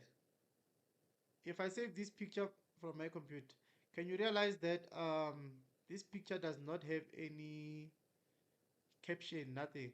It is my job to come and insert a caption. I'm looking for a text box. There's a text box. I'll draw it here. Maybe say retrieved from Creative Commons. Maybe I can also put that link for Creative Commons here. So that's me giving it a caption as well, this picture, for an example. Does it make sense? You can throw a thumbs up in the chat if you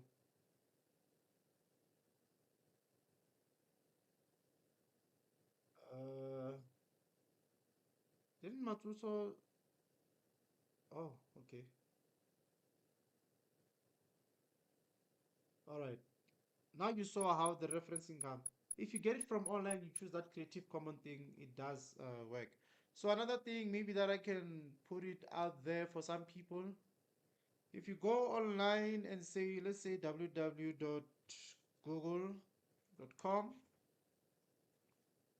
and then I search for,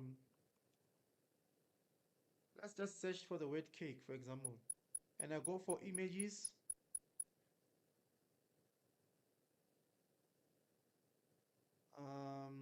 No, I go for images, try to zoom in a little. Now it shows me different cake images, and some of these images are copyrighted. If you check here under more, you have different things: maps, web, books, and finance. It continues to this. But now let's go under tools. Under tools, you can look for a certain size. You want to check for color, usage rights, type anytime, advanced search, whatever. But if you say usage rights, we say Creative Commons license. You click on it. All these pictures here, they are licensable, but they have a certain Creative Commons to it. Let's just open one here and see what the license say.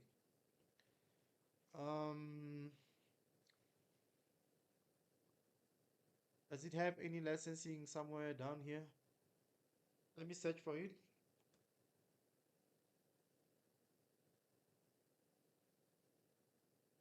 Okay, nothing appears. Let's see this one. Wikimedia.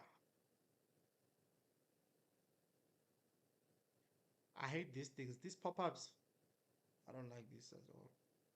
Yeah, but in most cases, the website, somewhere, somehow, they will declare that these things from a Creative Commons and what do you call, the media that you're using can be reused for certain purposes. I don't see any licensing. All right, it's fine. Oh, there. Yo, what happened? How did I end up here?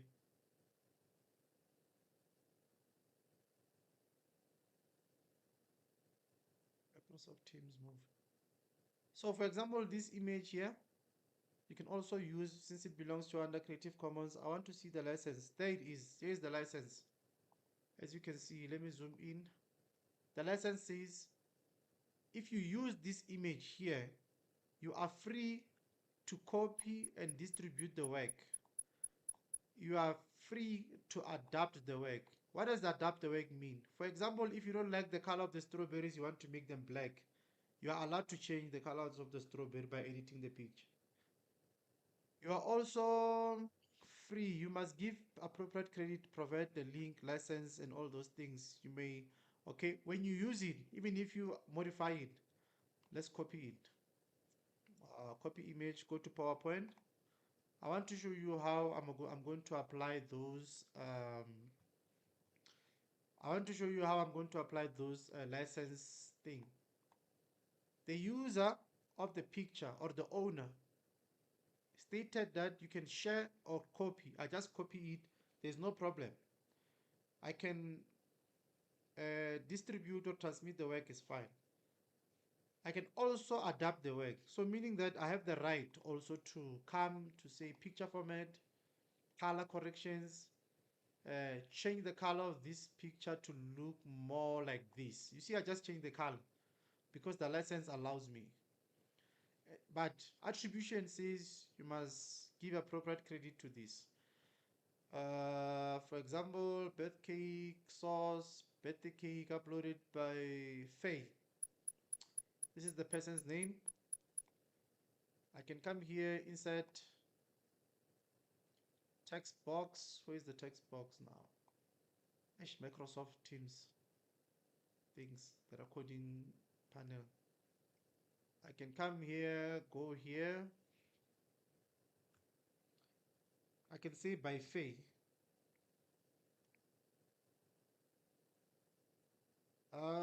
Wikimedia. Is it Wikimedia?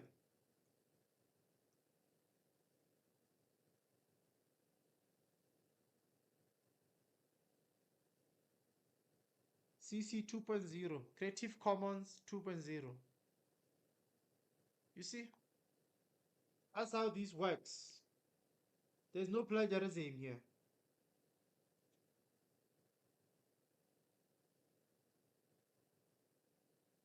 Uh, you said whenever I use my mouth, should I indicate what might be the problem on your side? Are you listening? You can't see?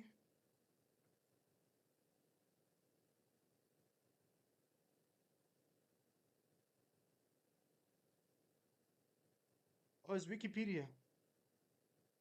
Not Wikimedia. Did I see correct? You are wrong. It's Wikimedia, not Wikipedia.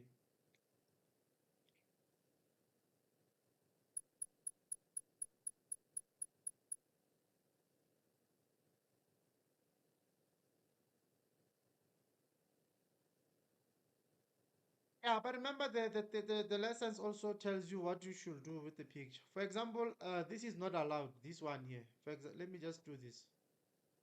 Here, you see the tools, the licensing, not filtered. Let's just say this picture belongs to Miss Cheney, for example. This here, copy image like this, and you go put into, let me say, new slide. You go to your PowerPoint and then you do this, and then you just use the picture as it is. Ah, that's plagiarism. Unless if you go to this, visit the website, you go to this website here, right? You see, this thing belongs to this lady, Jocelyn. I don't know what is her name. Yeah, I'm Jocelyn. So you see, it's even from Pinterest. So whenever you're using this picture, you can always come to your PowerPoint and then try by any means to insert text box. I'm just going to put it in short. This shows you that you acknowledge the source where you got the picture. Very important. No plagiarism intended there. Let's see a hand from Tabete.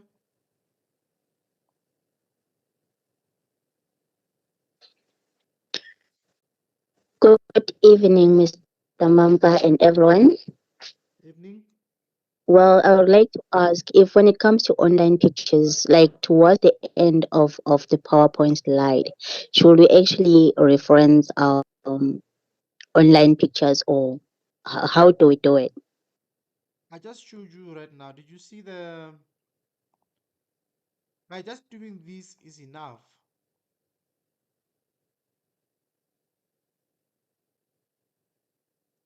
Did you just see what I was doing now about the Creative Commons?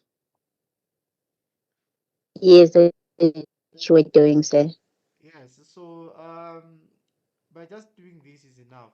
So because now, if you check here, this picture is from this lady, Jocelyn, and then this is the website, and I just said source or by Jocelyn from which one, this link. So, and I did not, here's the thing, I did not modify this picture. I just use it as it is. But the moment when you come and do these things of applying filters, again is plagiarism. The license does not allow you to do that. You know, unlike this one. Um, this one tells us that you are, you see, they're telling you are free to do all these things. All right. So with that being said, we also have something we can Google. Now we're just going overboard. CC search, right? Go to all. If you do CC search, I'm just going to put it in the text for those who are on YouTube. Say when using Microsoft or Bing as a search engine, how do you check for Creative Commons or licensing and usable images like yeah, I'm showing you now with the CC search. I gave you the word that you can Google that. All right. For those on YouTube, those on the chat. How do I open my chat now? My chat is not opening. Oh, there you go. Just look for the word CC search. All right. So once you're on the CC search, you click on it like that. And then CC search portal, it will appear, and you can always click there, bookmark it, make it your baby. It will always be with you forever and ever. You can access it anytime. So what CC search does, whatever that you search here, it belongs to Creative Commons licensing, right?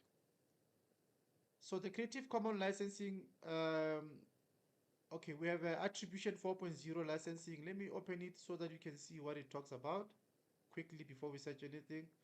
This thing is going to bother me. This Microsoft, Teams thing. You see CC by 4.0, attribution 4.0 international, which is the latest one. I'll come to your hand now quickly. It says you are free to share, copy, distribute, adapt, remix, transform, and then it shows you by these icons here. This icon, it means attribution, right? I want the CC whole. Oh, I need the whole thing, not the short attribution thing only.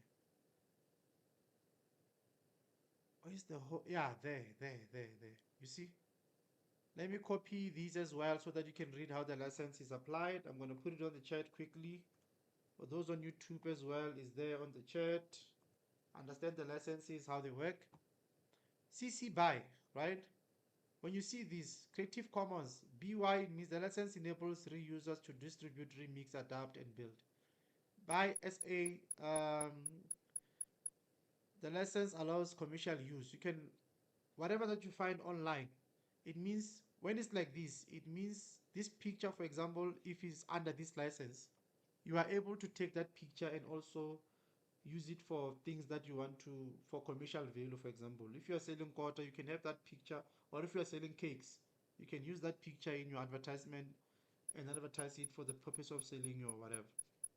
And then CC by ND, it says the license allows for commercial use, includes the following elements. Only if credit must be given to you as the creator, no derivatives and all those things. So the conditions of the license are there. Understand the licenses and how they work, then you will come and use this portal here for searching information. For example, let's look for a video on YouTube. I'll select YouTube video first. There is selected. Let me zoom in so that you can see the light blue color somehow. And then I search something on cakes and search. So what it does, it goes to YouTube and look for cakes under the Creative Commons licenses. Let's try and open this one by the Doctor podcast and see if it works. Adverts.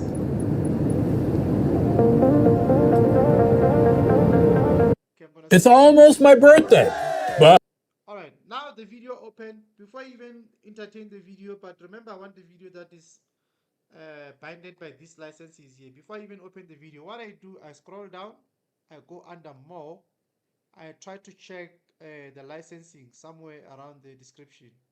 So let's see. Can you see the license there at the bottom here? Can you see it? It says Creative Commons Attribution License. You can reuse this video. Reuse is allowed. But you cannot modify this video. It means that you can use this video and teach your learners about cakes. But you cannot go and clip this video and cut it or mix it with other things. Does it make sense? Thumbs up if it makes sense. All right. Correct. All right. Someone had a hand up and then had a question. Your question, I'm sure it was attended to.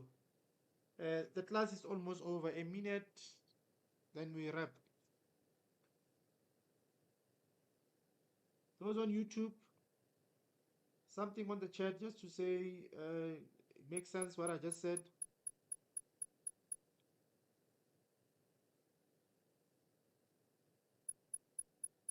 All right.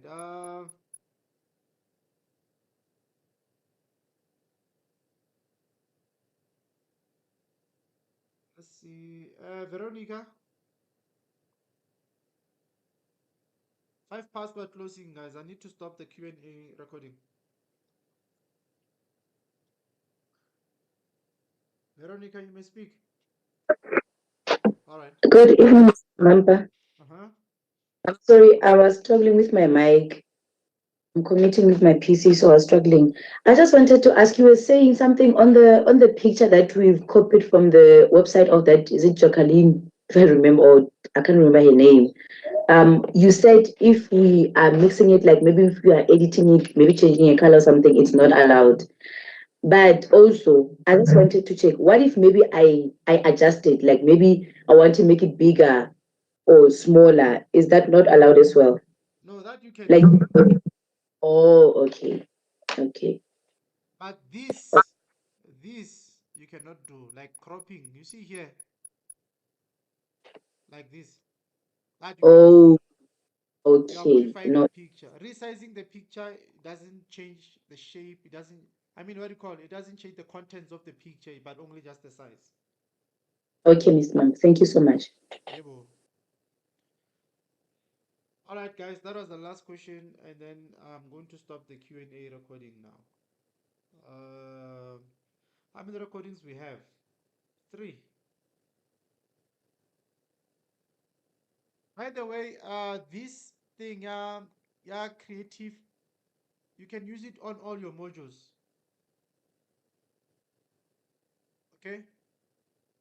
All your modules, when you search for information, you can always come here and look for resources or videos, but make sure that you pay attention to licensing, okay?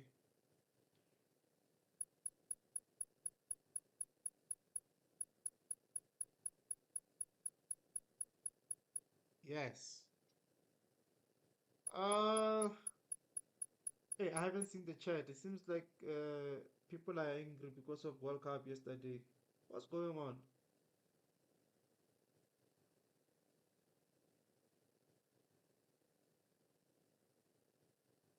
Guys, calm down. Let's see. Okay, on YouTube. Okay, there's nothing. Okay, guys, on YouTube, I'm going to end the stream now.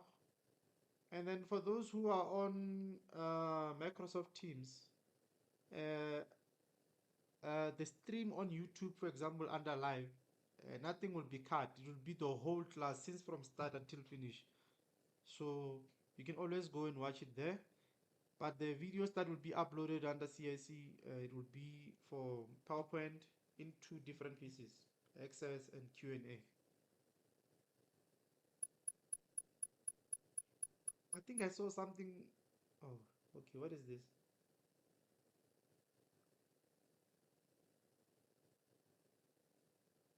Hey, Avika, so today you have a Kahoot. You wanna share it with the with your colleagues here?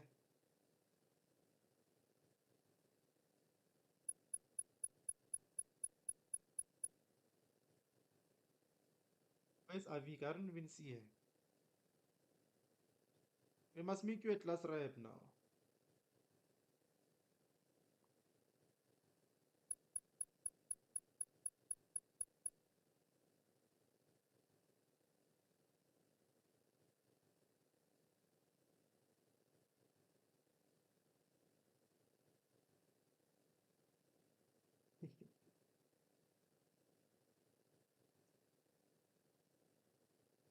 Yeah, I decided not to watch the chat because Miss Trin was looking at the chat and focus on the screen. All right. They said they don't want. How?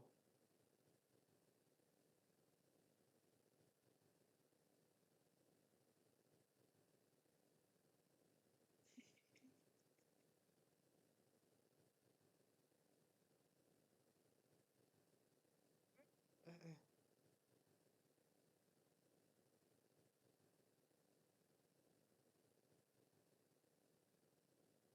Guys, I can tell you something which is very nice that you're forgetting. Remember, we don't allow what do you call this thing? Any form of abuse in the chat, ne? So don't find yourself using strong language, or even if it's not strong language, offending others indirectly or directly. So you are here to enjoy teaching and learning, not to be saying things to each other, because I can guarantee you that if we find that you are offending other people, we will deal with you. Precisely so. So don't find yourself on the other side of the law, actually.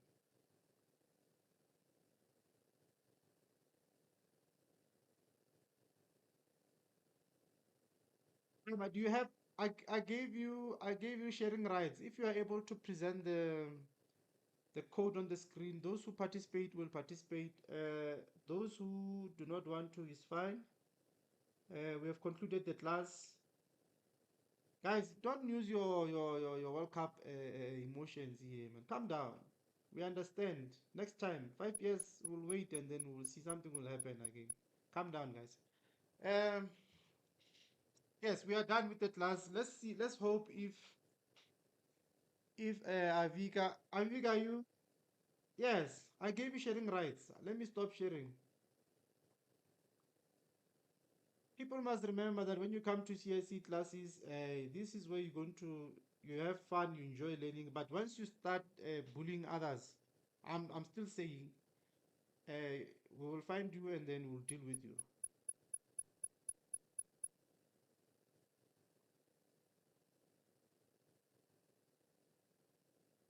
Uh,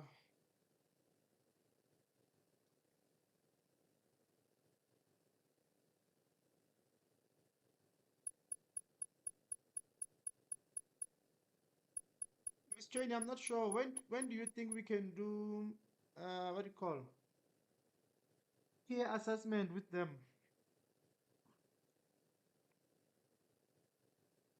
Another assignment closes when? It closes on 31st. The 31st, yeah. And ideally, we should do it before the 31st. Let me just quickly check my calendar for something. The week of the 27th, I think, will be fine. One of those days. We can just have. Yeah, I'm trying to check my calendar. Okay, why is it doing that? So we can do either 20. We can do 28. 28. All right. Yeah, my We'll calendar is schedule open number something 28. on on on Teams. 28. You're starting it from 5:30, ne? Yeah, mostly 5. 5, 5:30. 5. 5:30. It's fine. I'll do a recording for that other one. It's fine. Yes, and then we just induct them into how to peer assess. Avika, you winning there. Matuso.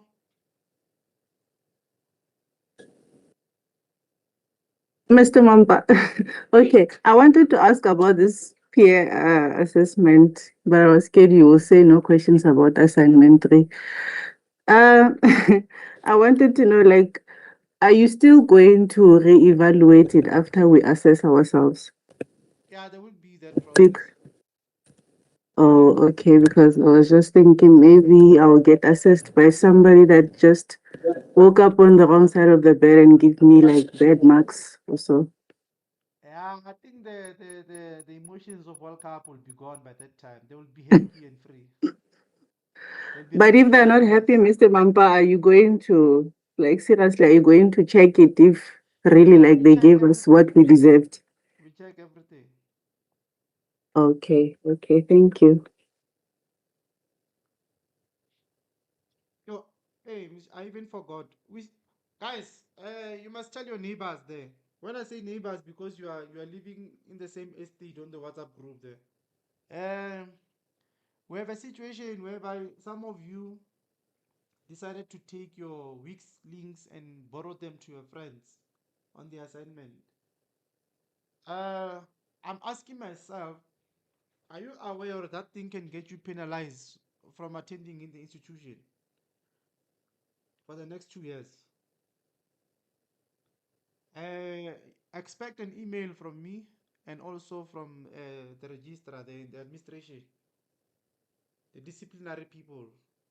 Like I said, you guys take this thing lightly and then, hey, I don't know. How do you feel when you give your friend your week's link? Do you think we will not see that? Or do you think AI is the one that is marking this assignment? I don't know. Hmm? What is the plan? What are you trying to accomplish? Like, let's just say you're in the third year and then you're doing something of that nature. You're just throwing your degree away. Do you sometimes think when you do these things?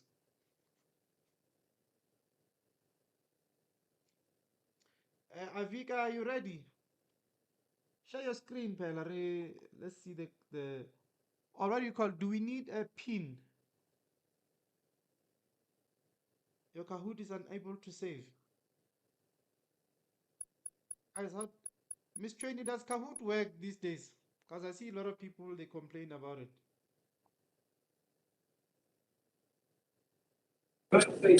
Not really. I think it needs you to create some sort of account, but it does work. I demonstrated it the other day, but maybe because I already had an account.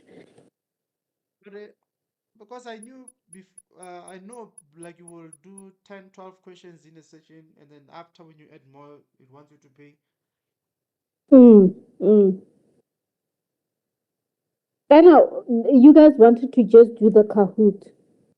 She wanted to do a Kahoot on Learning Unit 3, and it seems like Because we could also do parking that thing of words popping up or even Mentimeter or yeah.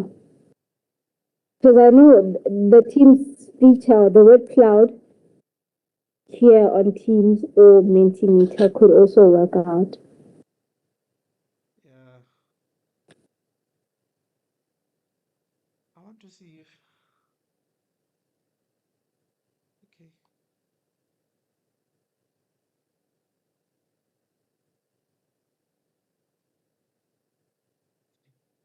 For the sake out, during COVID, they had a lot of people using it. Now they just make it difficult for people to access it.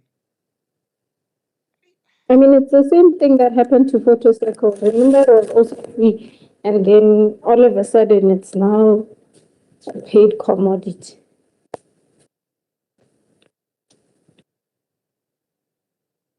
Yeah, I see. Yeah, so I think maybe you try Word Cloud or some of the free features here on Teams.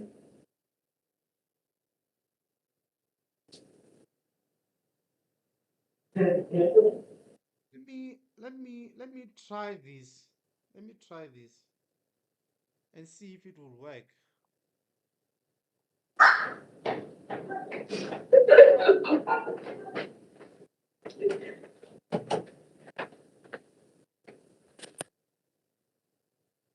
Trial and error.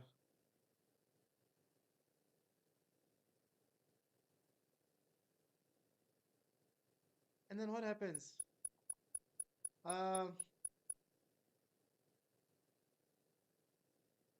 For those who want to participate, they can just go on the screen there and then go to kahoot.it.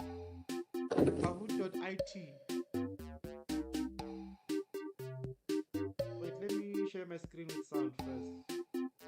Your pin will be 1110845. How do I do this now? At the time when we finish this thing, we'll be sound engineers, yeah.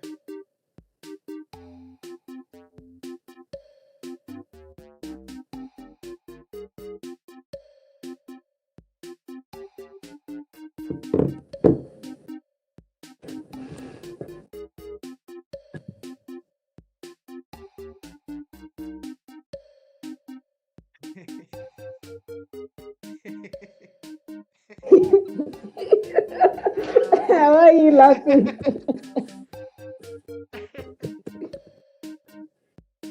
You know what is so fun? I didn't even check the timer, you know? Yo. No, I didn't check the timer, Joe. Hey, let's hope the timer is fine.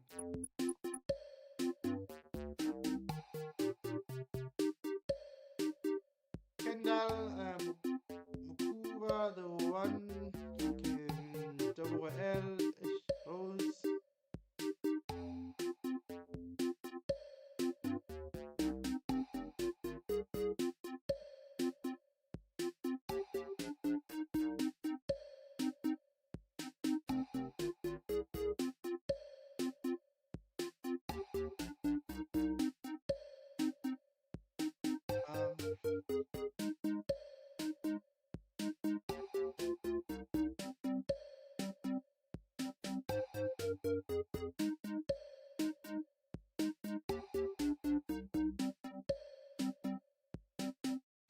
Guys, you don't need to download Kahoot on your phone. You just need to go to your browser and then just type www.kahoot.it and then you'll join with that team there. 1110845. 1110845. I just found something quickly on the side. I hope.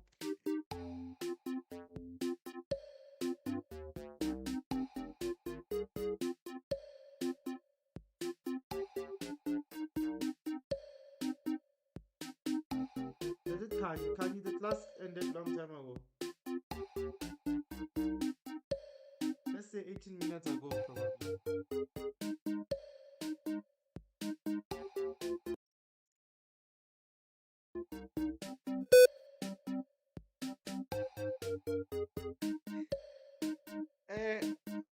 Who is this now? Targeted one. Is it Avik?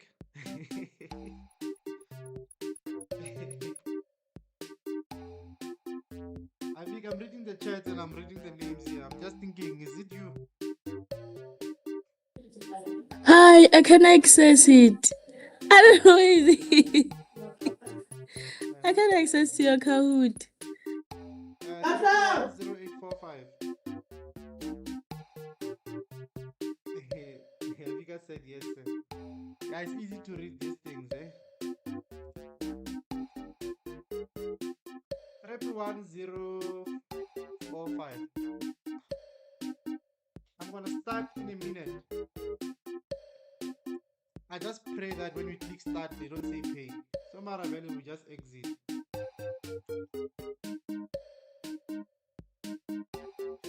ICT, British, Spain. Yes, Spain actually must win.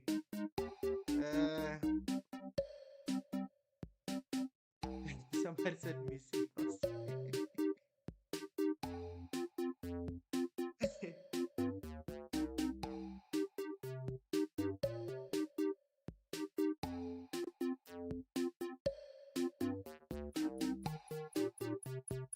Okay, I'm starting. There we go. Good luck. I wonder, 44 seconds.